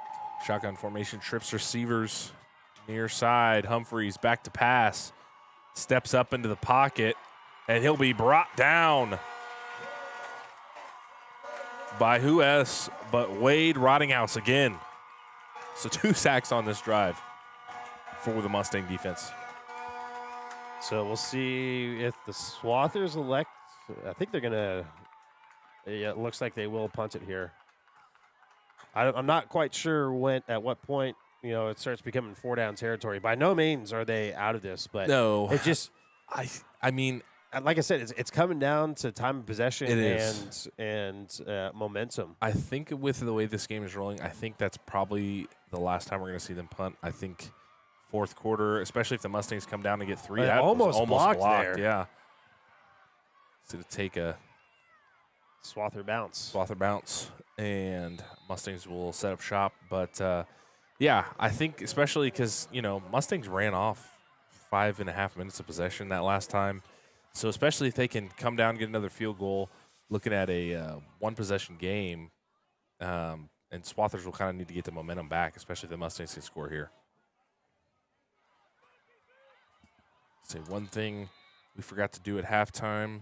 Let's get you some scores in and around the state of Kansas as regional action is underway for multiple teams. Smith out of the shotgun. Scores in Kansas. Get those pulled up here. Gives going to be the bell. Bell's going to be met right away, and it's going to be a loss on the play. Looks like a loss of maybe 2 as Isaiah's pulling up those scores. I'm assuming this is one of the earlier games. I'm assuming other games started at 7. So we have Bishop Miege 7, Tonganoxie 0, Great Bend 0, Bishop Carroll 0. These are all after first quarter scores. Eudora 7, Paola 0. Southeast of Saline, 16, Russell 6. 4 receivers, far side. Tate's going to throw the ball quickly. Number 16, I believe, for the Mustangs. Jacob Perkins. And he's off to the races, and he's going to be brought down just shy of the first down marker. So it's going to bring up 3rd and short. I believe it looks about 3rd and 2 now. See the Mustangs elect to go hurry up offense here. St. Thomas Aquinas 7, Mill Valley 0, Prairie View 14, Jeff West 0. Sterling 13, Marion 0. Here's Smith now. Play action pass, throws out to Skinner. Skinner trying to make a play, can't do it. And he's going to lose yards on that play. Loss of about 4 potentially. So it's ring up 4th down and about 5 for the Mustangs. Not what you want to see there. And the Mustangs are going to punt. So great job there by the Swathers to force a 3 and out quickly from the Mustangs. Then we have, let's see, some other ones we got here. Pratt 7, Hugoton 0, Hoisington 16, Hillsboro 0, Nemaha Central 0, Council Grove 0. Those are all end of one quarter scores. Pendle in to punt the ball away for the Mustangs. It's That's partially blocked. And it's going to take a Mustang bounce. So 13.3 seconds left to go here in the third quarter before. I mean, similar drives for both offenses and similar special teams for both offenses. Both punts went about the same distance. Definitely evenly matched. Yes. You were reading off those scores from around the state. That first round last week, week 9, we saw a lot of brutal scores. Yeah. A lot of 50s and 60s to nothing or a lot to a little, as they say. But this week, the second round of playoffs, this regional matchup, that's really when you start getting to great games. And this one's definitely one of those really good games. Instant classic, almost, it feels. And we're going to get a whistle here before the play. And it's going to be a timeout by the Mustangs. So before we cut away to a word from our sponsor, I wanted to give a huge shout out to the students that are helping in tonight's broadcast. We've got Lily Wick, Riley Freese, Braden Miller, Nate Bortnick, your boy Nate's switching for us, our producer this evening. Nate's doing a great job. Dylan Nelson, and of course our sideline reporter Xander Dick. Before the start of the fourth quarter, we will hear from our sideline reporter Xander Dick. So 13.3 seconds left to go here in the third quarter. Mustangs elected to call a timeout. Coach Steven wanted to talk some stuff over with his defense, make sure that everyone's on the same page. Daxon Deering, the receiver at the bottom of your screen, will be going against Luke Skinner in coverage. Humphreys, quarterback keeper, good for about 6 or 7. And Greg, let me 6'7". Nate Yeah. furiously tossing his hands up next to me. 6'7". I'll never understand these kids. I'm quickly adopting boomer energy at this point. So, I saw a Sports Center reel this morning of is 2 D2 colleges playing, and they hit the score 67. And the announcer was like, I have no clue what's going on, because there was a bunch of people in the stands doing it, so he had no clue. But. So that's the end of the third quarter. Mustangs lead the Hesston Swathers 17-13. We're going to go ahead and throw it down to the field for a sideline report from Xander. Xander, take it away, buddy. Thank you, Cody. Right after that 3rd down and 2 play, which resulted in -2 yards, Coach Smith, the quarterback coach, immediately went straight to Tate Smith and was, coaching him up. And right after that play, they went straight to the screen to talk about what they could do better after this drive. And after coming out of halftime, this team has been a lot more electric. I mean, this sideline has been electric. I've never seen them this pumped this entire game so far. So if they're going to win this game, they got to keep doing what they did this 3rd quarter. Back up to you, Cody. Thank you for that, Xander. And Greg put in the comments below why Hesston didn't get a first down with that pass interference call on that last Hesston drive. And so I Googled it, and according to Gemini AI, it is a 15-yard penalty and an automatic first down. So I'm not quite sure why the first down wasn't awarded to them. That was a good. I was thinking about that too, because, like I said, it was third down and 22, I believe, and then with that, it became usually it's at 3rd the and spot 7. of the foul, yeah. And usually it's an automatic first down. Yeah. So good catch there, Greg. I am not quite sure why that wasn't called. Humphreys back to pass. He's going to take a deep shot downfield over the middle. Deering was his intended target, but that is picked off by who else? Jacob Perkins. Getting it done on both ends here this evening. Great job there by Perkins. I was a little worried there that that was going to be a completion, but Mustangs got their heads around to the ball. That was a great toss by the Swathers. Came at the right time for the Mustangs, too. I mean, if they can have another drive where they take, half the time off the clock, get some points on the board, things get interesting here down the stretch. Yeah, but the Hesston's quarterback showing a lot of gumption there, going for the deep shot. Yes. Because, I mean, honestly, that's probably the right call there, coming right out of the quarter break. Yeah. And just take the shot downfield and potentially catch the Mustangs defense lacking, but able to intercept that one. So the Mustangs set up shop. As that gives going to be the Zion. Zion bounces out to the outside, and he's going to get the first down and more, but there is a flag down on the play, potentially in the area of holding. So according to Joel Dryden in high school, not an automatic first down for pass interference. So thank you for that clarification, Joel. I mean, I guess, like in primetime games in NFL and college, we'll send it to the booth for review. We're just going to have to send it to the comments. Yes. Yeah. AI apparently was wrong. So you have to double check AI's work, I guess. So while we're waiting for that next play, I'm going to read another Keisha PSA. So the Keisha Game Day Showcase will be held in November at the Stormont Vale Event Center in Topeka. Mark your calendar and plan to attend the Game Day Dance Showcase on Friday, November 21st, and the Game Day Cheer Showcase on Saturday, November 22nd. A public service message from your Kansas State High School Activities Association and Backroads Broadcasting. Give us to Bell. Hard run there. Bounce off a few tackles for some positive yards. It's going to bring up 2nd and long for the Mustangs.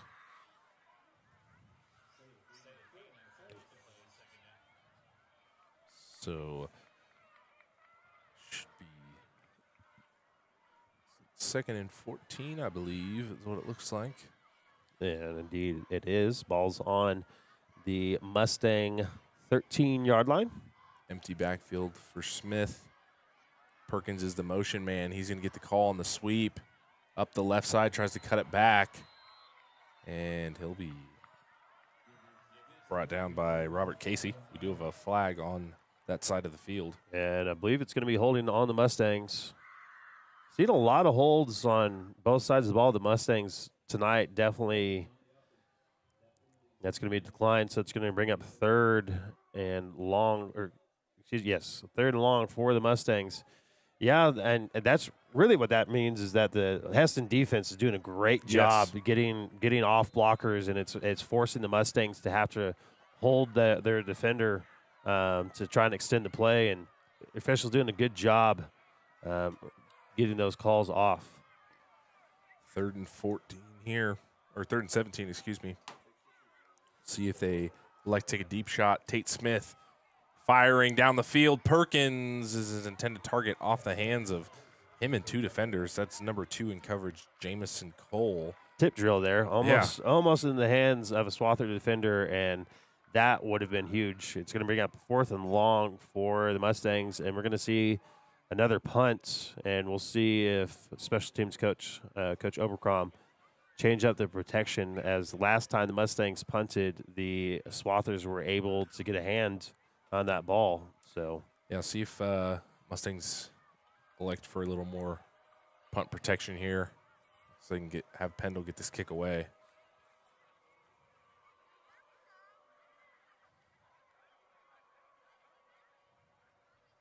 Great punt there by Jackson.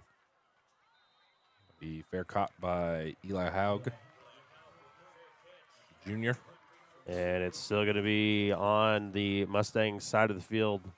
Real quick, we're going to try and get a word in from our sponsor, Sunflower Consulting and Bookkeeping. Keep it right here on the Backroads Broadcasting Network, powered by Rampage Academy. Overwhelmed with receipts, invoices, payroll, and balancing your books? Keeping your financial records organized can be time-consuming and confusing. Contact Cheryl with Sunflower Consulting and Bookkeeping. She provides expert services to help your business stay on track. She ensures your books are ready for tax season, avoiding any last-minute stress. Call Cheryl for a free consultation at 785-506-4008. Reliable, professional, and affordable bookkeeping services you can count on. Welcome back. That was a run to the right side. Blaine Wilson. Should be a gain of about 6 or 7 there. And so to bring up 2nd and short. Bates going to break his arms every time we say 6-7. And the Swathers marching down the field. Another give to Wilson. He has the first down. Yeah, people are going to ask, they're going to say, how many times are you going to work down the broadcast? Oh, I don't know, 6 or 7 times maybe. Just absolutely sending our teenage viewers into fits. And I'm sure all the parents of high school students are like, if I never hear 6-7 again, it will be too soon. Oh, man. Just under 10 minutes to play now here in this 4th quarter. Great matchup between Rock Creek Mustangs and Hesston Swathers. And it looks like the Swathers are able to draw the Mustangs offsides. We'll see what the White Hat says. And indeed, encroachment on the Mustangs. So it's going to be a 5-yard walk-off. And another first down for the Swathers. Yeah, we've seen, I mean, it hasn't been called tonight, but I've definitely seen Mustang defenders there on the line jumping and getting back in time. But they go hurry up here. Give us to Wilson. Decent run there. But yeah, I think if, like I said, all of our stats are officially unofficial, but I think the in terms of penalties, I think it's pretty equal on both sides. It seems like it comes at the most inopportune times. Yes. The Mustangs have definitely yeah. been the biggest offender when it comes to the penalties this evening. Humphreys, quarterback keeper. We'll see if he has enough for the first down. That hurry-up offense really working for the Swathers because they, if you notice, the Swathers are doing a good job of moving everybody downfield. Yes. I mean, the line is getting good pushes. Their wide receivers are blocking downfield, and they're just really slowly pushing the Mustangs back. And if you're a Mustang faithful, you really want to see a big stop here by Mustang defense. Here's Humphreys, outside run up the right side. He has the first down. So close to 1st and goal for the Swathers here. So with that missed field goal, or excuse me, that missed PAT there in the first quarter, it's now a 4-point game. So if the Swathers are able to score here, Mustangs are only down a field goal, and we've seen Jackson's ability to kick a decently long one. So Give us to Wilson. He has the first down.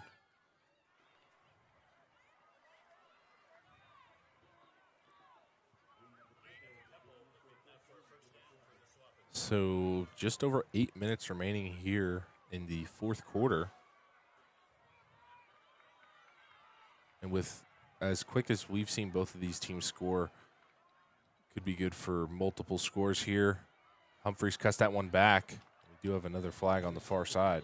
Humphreys is really shown. I mean, all of the guys that touch the ball for the Swathers have done a really good job of being patient. Yeah. We just saw Humphreys right there. Instead of just diving into the 3 or 5 gap, or 2 or 4, he just sat there patient, waited for the play to develop, and then bounced it to the outside. And it was a great gain there. But it's going to be wiped away by a holding penalty. So that's a big penalty for the Swathers. You know, they were charging ahead there. Looked like they was going to be hard to stop them, and now it's 1st and 20. Yeah. Jarek Humphreys, any Steelers fans out there, kind of reminds me of Le'Veon Bell when he runs the football. He's just super patient, doesn't get up to his top speed, just really patient, stays behind his blockers, finds his cut, and gets positive yardage. That one is to Wilson. He'll gain some of the penalty yardage back.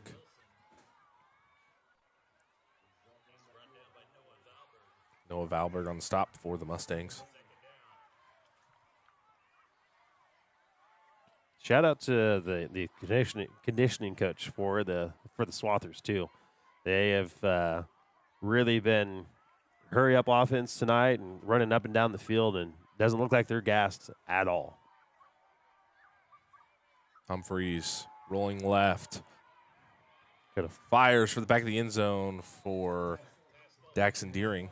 But there is a flag on the play, and we'll see what that's about. It's about the line of scrimmage, I believe, here on the near side.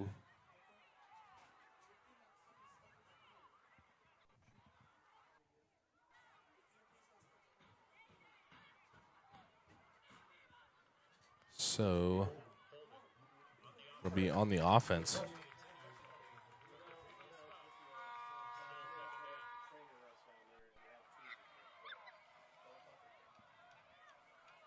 So that penalty will be on the Swathers,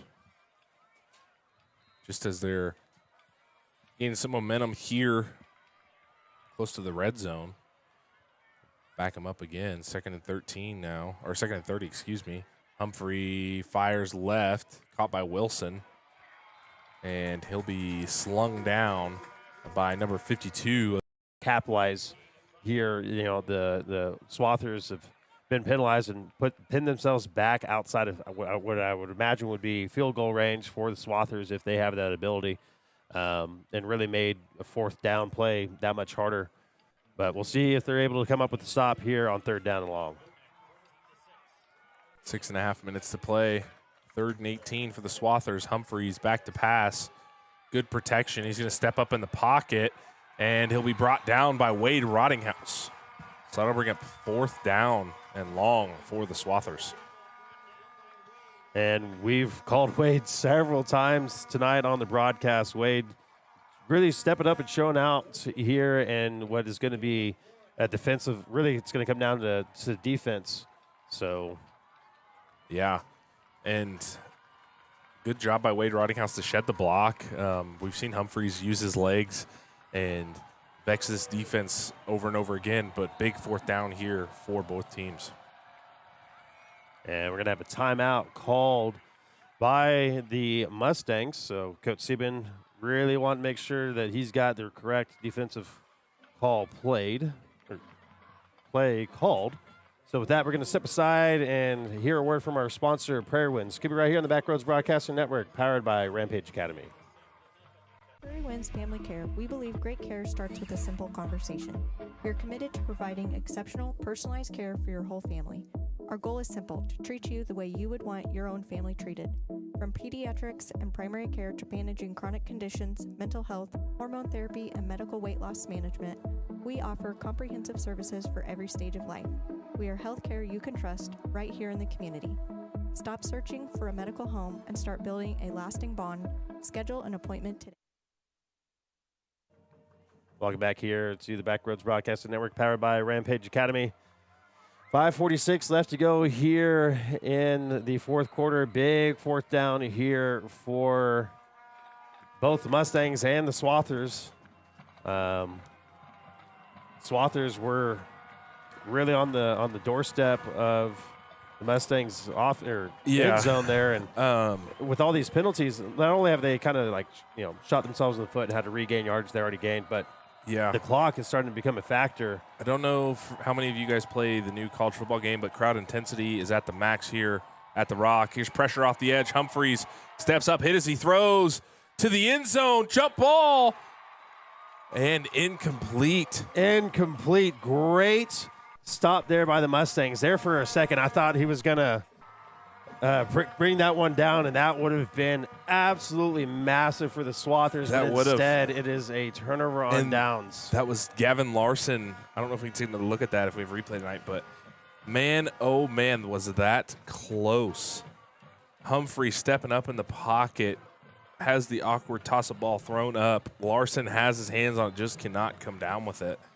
And that's going to be a turnover on downs and set the Mustangs up still deep in their own territory. And we'll see if the Swathers defense could come up with another big stop here.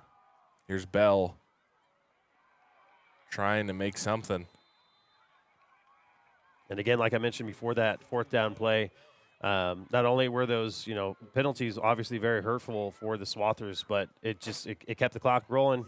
So now the Mustangs are going to keep the clock rolling here with keeping the ball on the ground. But again, the Mustangs have to produce here and not turn the ball right back over to the Swathers with so little time left to go. Here's Smith joined the backfield by Bell. Perkins, the lone receiver at the bottom of your screen. Bell's going to get the call. Going to lunge forward. It'll be short of the line to gain of about 2 yards. And still plenty of time left in this game. Yes, like I said, if you're the Mustangs, you definitely have to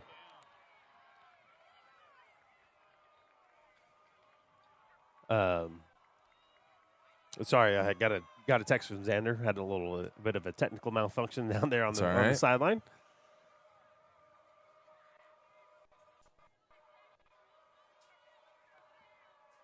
Here we go, 3rd and 3 for the Mustangs now. Smith give to Bell. Bell cuts it back up the middle. Does he have enough for the first? Looks like the official on the far side says so. Big first down there for the Mustangs.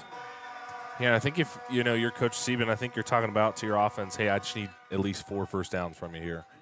Put us in position to kind of ice this game here. Swathers really, you can give up some field position, but can't take any more than a field goal here. Yeah, for sure. If you hold the Mustangs to a field goal, it's still a 1 point, a one score game, and a touchdown puts you right back into this, ties it up. As the clock keeps ticking away here in the fourth quarter.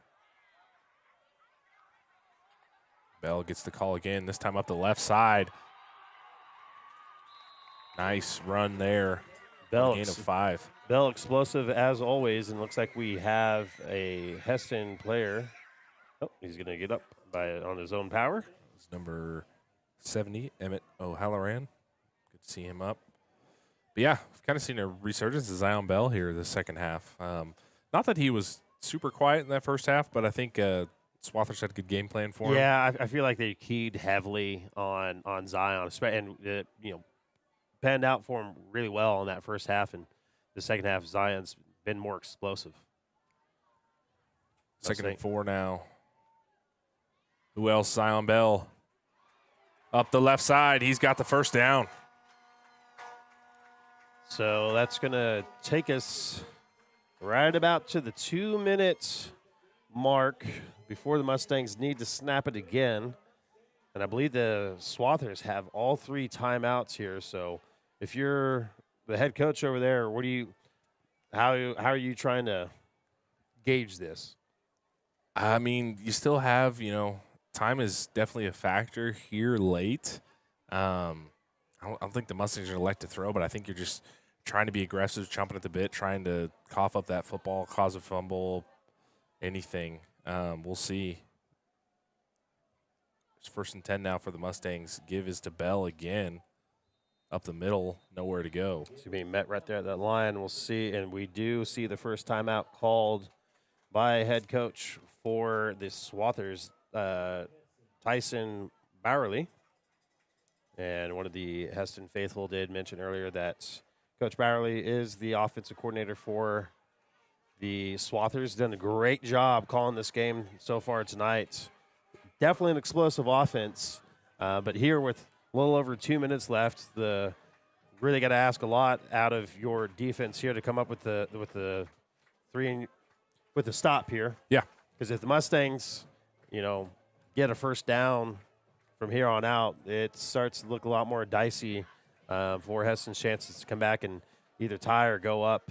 Yeah, in this game, but still a lot of time left. I was going to say, I haven't been tracking the timeout situation. I'm usually looking at like the little indicator by the scoreboard, but I mean, our scoreboard doesn't send the scoreboard controller for the school doesn't send that information to our scoreboard readers. So, but I've been keeping track of my head. Another Mustangs have used, I think, 2 timeouts here in the second half, so they've got 1 remaining, and that was the first timeout taken by the Swathers. So 2nd down and long here for the Mustangs. 2:06 remaining here. Bell. Again, nowhere to go. And that's really what you want to see if you're Swathers faithful. And, again, just a run right up the middle, stopped at the line of scrimmage. I mean, if you're the Mustangs here, you don't really want to air it out because, A, if, pass falls incomplete, stops the clock, and, you really want to keep the clock going. And 2, another huge reason why you don't want to do that is an interception. Yes, because then you get the ball back immediately to the Swathers. Correct. And there's always that potential of a pick 6. If the Mustangs do elect to throw, I think we'll see something overloaded to one side so that way they can get one of their best receivers or one of their receivers that have had a good game here, Jacob Perkins on the bottom side. Seen a lot of wide single coverage, screens. yeah. And I mean, that route's going maybe 5 to 8 yards. If nothing's open, throw it away. Worst case scenario, punt it down, pin them down in their own territory, and then, rely on your defense. Yeah. I mean, you definitely want to take as much time off the clock as you can before you give the ball back to the Swathers. Is they're going to dial up something here, and, if you're the defensive coordinator for the Swathers, you thinking run or you thinking pass here? Because I'm kind of thinking the Mustangs are thinking pass. They're thinking we're going to run the ball here. Yeah, like I said, here we go. So we have a bunch of receivers on this near side, and we have one receiver, I believe that's Martini on the far side, empty backfield for Smith. And we're going to get a timeout called by Coach Smith. Came run over. Yeah, he did. Furiously. Quick, fast, and in a hurry. He would not be denied that timeout. The referee, yeah. No clapping allegations or anything. I was going to say, yeah, I was wondering if we'll kind of see like a reenactment from his son Tate Smith at quarterback maybe here later, but we'll see. So keep it right here on the Backroads Broadcasting Network, powered by Rampage Academy. Again, wanted to give a huge shout-out to our students helping out with the broadcast tonight. Of course, we've got Nate Bortnick on the controls tonight, switching for us, doing a great job producing. And then helping out with cameras, we've got Lily Wick, Riley Fries, Braden Miller, Dylan Nelson, and Coda Miller. Don't know if I mentioned her name earlier, but Coda Miller also helping out with running the broadcast tonight. And then, of course, our sideline reporter, Xander Dick, had a bit of an issue with the headphone situation on the sideline. So we'll hear from Xander again at the end of the game. We'll get him up here in the booth and get his thoughts on the game and, how it felt from the sideline as big third down here for the Mustangs. You have Martini, single coverage, bottom of your screen, in motion now. Mustangs overload that right side. Pitch is to Bell up the right side. And they're going to stop him. Have gain of a few. So it's going to bring up 4th down. Keep wanting to say the Oilers. The Swathers are going to use their 3rd and final timeout. So 4th and 4 now for the Mustangs. And it's going to be. It's got interesting here. Yeah. So we'll see if the Mustangs elect to punt it here. I mean, the 2 punts ago, the Swathers were able to get to Pendle on that punt and tip it. Now, if we're going like Madden rules here, Obviously I'm going for for it. it. Yeah, but obviously right here, 4-point lead, Mustangs are going to look to punt this one away. And obviously, definitely a great game here. Yes. We haven't, Most definitely. not to disparage any of our previous opponents, but other than Wamego, the Mustangs have kind of been easy street so far this season. And Yeah. it's mean, good to see some really good football Yeah. being played. And Hesston's not out of this. I No, mean, they are not by any definitely means. a threat to score a touchdown anytime they have the ball. And the Mustangs are only up 4, so And not with only less that, than, less than but- 2 minutes left, and now we're out of timeouts. Yeah, and undefeated season for the Mustangs here. And I believe, Cody, your guys' senior year back in 2012 was the last time Mustangs went undefeated in the regular season. It's a good punt there. And the Swathers aren't going to be anywhere around it, and they're going to down it inside the 1-yard line, it looks like. So great job there by Jackson and the special teams unit for the Mustangs to pin the Swathers back deep. And the Swathers going to take over and have 99 yards to go to take the lead in this one with no timeouts. It's getting now. good, man. So This is getting real good. you can't dial it up any better. No, you cannot. If you're a football fan, like this is I the mean, stuff that makes you but say, this "I is- love Friday Night Lights." This very well could be. Who's to say they had a 73-yard pass, 99-yard pass? I mean, you never can count it out. But I think they're going to look to get some momentum and move the ball down the field here. Humphreys dropping back to pass, fires over the middle. That's caught. Oh, and it's fumbled. It's going to be kicked out of bounds. Holy Whoa. smokes! We saw a little lateral there so from little hook and Drew ladder. Bartell to, I believe that was Blaine Wilson cutting across the field. A little bit of trickery. That Yeah, had That had the potential. if that would have been a clean exchange there, Dak probably was going to the house. I Sports Center right here. I was ready. Humphreys rolling to his right, fires downfield. Just have to throw that one away. It's safely out of bounds, so it's going to bring up 3rd now and short. And it reminded me of a few years ago when the Chiefs had Sean McCoy on their team, and Travis Kelce would always flip it to him. Yes. So, yeah, as a Swather fan, you're probably on the edge of your seat on that play for sure. 3rd and 5 from the 6, definitely 4-down territory. So 2 plays to gain 5 yards here. Here's Humphreys back to pass, fires. And they're saying it's a that'll catch. be caught. That'll be number 13, Eli Haug. And it was right at the 1st down marker. And they're going to say it's a 1st down. So fresh set of downs, and more importantly, the clock has stopped. So minute 22 now. And the Swathers get their first down to keep this drive alive. Here's Humphreys back to pass, looking to his left, caught by Gavin Larson. Be out of bounds. Another little jump play there. Get a chunk of yards. Minute 15 remaining here, 4th quarter.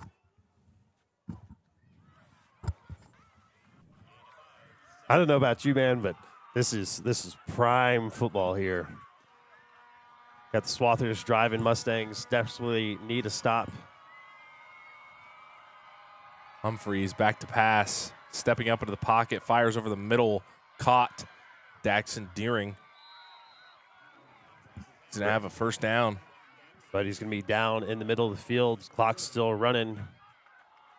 Got the sideline crew desperately running to get set up. get action underway here, and they're going to blow the play dead. Spike it for time. Minute 3 remaining. Swathers moving down the field. I think for the Mustangs here, especially for your safeties, just nothing behind you. Nothing behind you. Keep everything in front of you. But one of the things that I see all the time at the NFL level, they will play that cover 3. Yeah. And they don't want to give up anything long, but they wind up just giving up. Yes. Chunk play. Yes. Bobble snap. Humphreys stepping up. He's going to be wrapped up by number 54 of the Mustangs. That is Marcelo Ibarra. And that stop on the play is brought to you by Sunflower Consulting and Bookkeeping, helping local businesses stay organized, compliant, and focus on growth. Sunflower Consulting and Bookkeeping, your numbers, our business. 55.6 remaining here.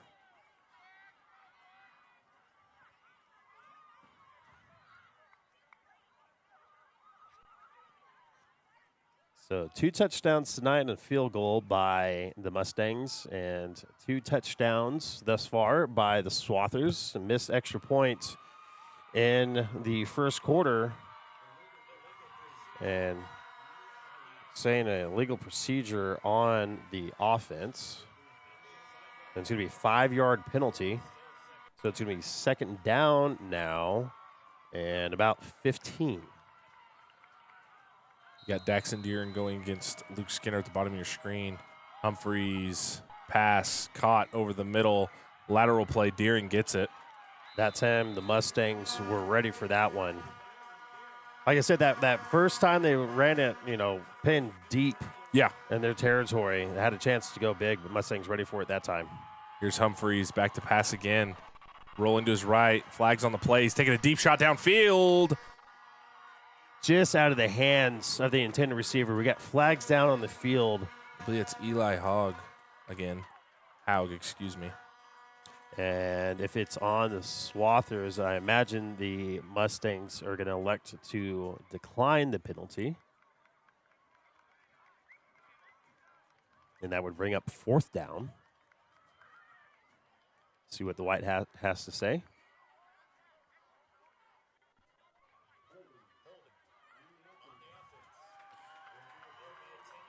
So they're going to accept the penalty and pin them back further, which I could go either way on that. Like if you want 4th down, but it was 4th and 5, 4th and 6. Right. And, the Swathers are averaging 7.4 yards a carry, this entire season. Correct. Maybe not so tonight, but right. I definitely take my chances at 3rd and very long. Most definitely. Humphreys, back to pass. That's caught over the middle. Haug will be met by number 23, Pendle. But it's going to be good enough for 1st down, so it moves the chains, and the Swathers are going to have to spike it here. 22 seconds. So officially 18.3 seconds now remaining in this 3A regional matchup between the Rock Creek Mustangs and the Hesston Swathers. And game is not even close to being over. Yeah, we're looking at like a 55, 56-yard pass for the Swathers, so definitely in Humphreys' wheelhouse. So we'll see stacked receivers. Mustangs trying to get off the left field, side. and they don't, and they're going to be penalized for Humphreys steps up in the pocket, fires downfield, tipped. And it's going to off fall. the hands. Eli Haug again. Sorry to step over there, bud. No, you're good. You're good. Yeah, so the Mustang defender was trying a lot going on. trying to get off the field as quick as possible and just unable to do it. And the back judge throws the flag for it. 11.7 remaining here, 4th quarter. Mustangs leading by 4.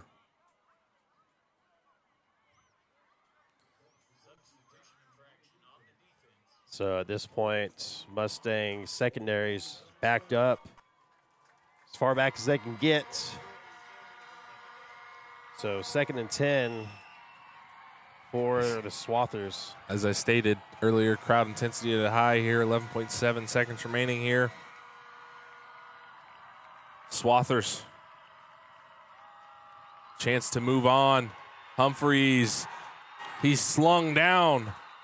So we'll see what they elect to call here.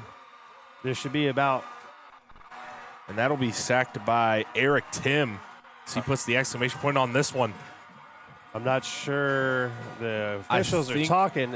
He tried to throw the Yeah. ball. I don't know if they're going to call that an incomplete pass or if they're going to say his knee was down, which would have been a sack and kept the clock rolling. And got a conversation over here with the white hat and the head coach for the Swathers, and it looks like he lost that appeal.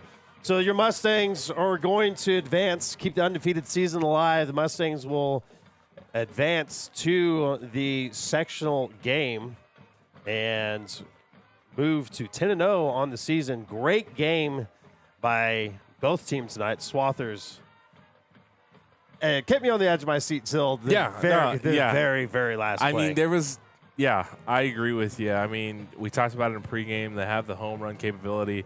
Ball, we talked about it, 55-yard pass. We've seen it. Daxon Deering is capable of making that play. Drew Bartell capable of making that play. Gavin Larson capable of making a play. So Swathers ultimately coming up short, but a good regional matchup here at the Rock tonight. And we're going to step aside for just a hot second, let Xander get up here in the booth, and we'll be back for a pregame. Keep it right here on the Backroads Broadcasting Network, powered by Rampage Academy. Mustangs win it tonight 17-13 over the visiting Swathers. Keep it right here on the Backroads Broadcasting Network.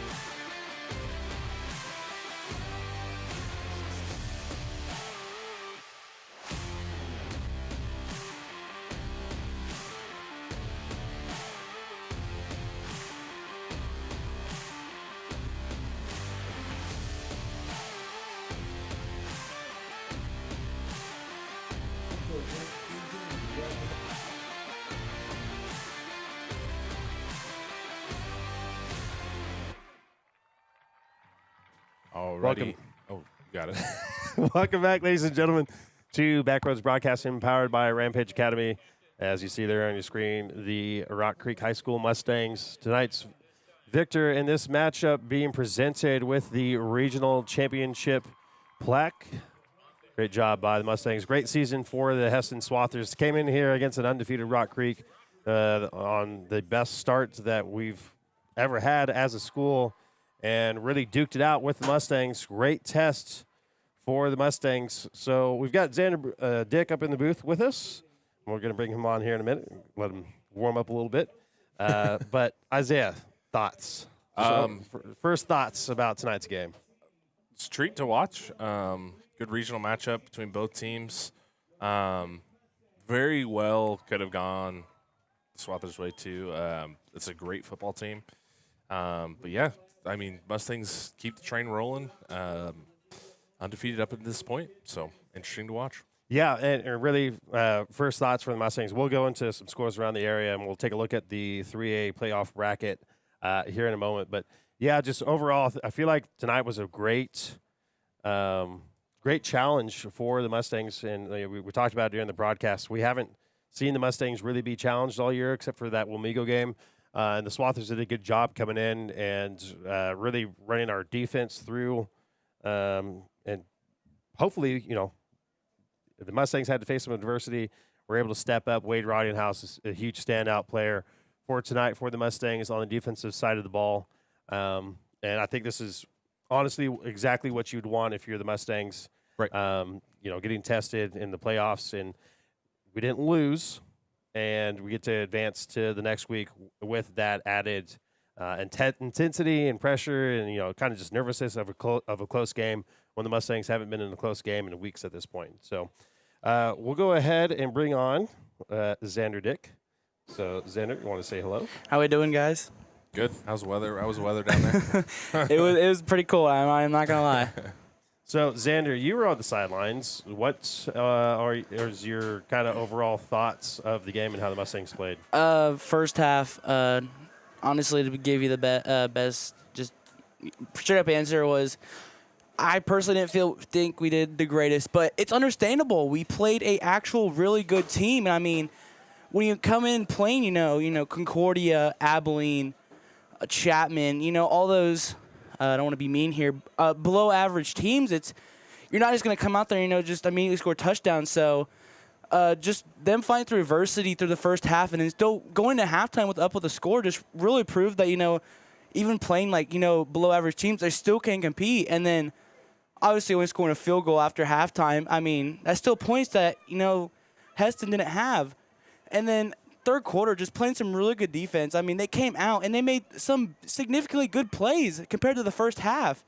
And then that just shows that how great this team is, taught and practice. And I got to talk to Sieben. He said, I believe Wednesday was our best practice we've ever had. That is quoted by Sieben. And it showed there on the field. Definitely. Honestly, I'm a little emotional just because this is my senior year. I'm just really proud to see this from this Rock Creek. And yeah. I'm going to talk to Hesston. Hesston, a very good team. I mean, they've lost, but you have to realize they were keeping Rock Creek contained for almost 90% of this game. Yeah. Congrats to Hesston. Yeah, Hesston 6-3 heading into tonight's game against the Mustangs, and we'll end the season 6-4. Great job by them. Isaiah, I believe you have some score updates for us from around the state. Yeah, but to test what Xander said, that Hess team will be back. Better than ever. Graduating only 12 seniors this year, so definitely a team to look forward to next year. But, yeah, as we look for some scores in around the state of Kansas.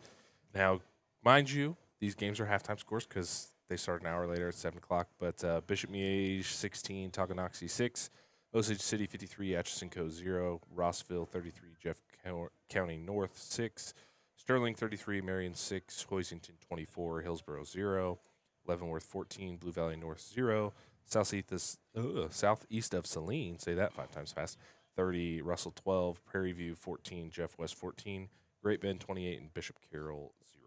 Were you able to find anything between about the Holcomb and Cheney game? That is the winner of that game is who the Mustangs will take on. Holcomb being the higher seed in that scenario. They were 9-0 heading into tonight, and Cheney was at 6-3. Cheney, of course, being the team that finally brought down Andale 2 years ago, I believe, and ended the longest winning streak at the high school level in the country. So Mustangs will be hosting either Holcomb or Cheney. We'll see what the outcome of that game is. I'd like to stay, guys, but I kind of have to go down to the parking lot to deal with something. But just You're good, man. great Okay. up things. Yeah. Great job Excited for tonight, next Xander. week. I'll see you guys again next week. Cody, love working with you. Isaiah, nice seeing you after like 6 or 7 weeks. We're going to go that. Oh, here 6, we 7 go. weeks. But I got to go, and I'll talk to you guys next week. We'll see Yep. you. Okay, thanks, Xander. Thanks, Xander. All right. So the Mustangs take care of business here, advance to 10-0 on the season, winning over the visiting Hesston Swathers 17-13. Isaiah, you have any final words for our viewers before we leave them? No, it's a pleasure here on Backroads Broadcast. It always is. Yeah, we'll see you guys next time. All right, Mustangs getting it done here. We will be back in action next week as the Mustangs take on the winner of the Holcomb and Cheney game. Thank you very much for watching. My name is Cody Liming. On behalf of Isaiah Dobbins, Xander Dick, Nate Bortnick, and the entire Rock Creek High School journalism crew, thank you very much for watching. We got to go for now, but we'll BRB.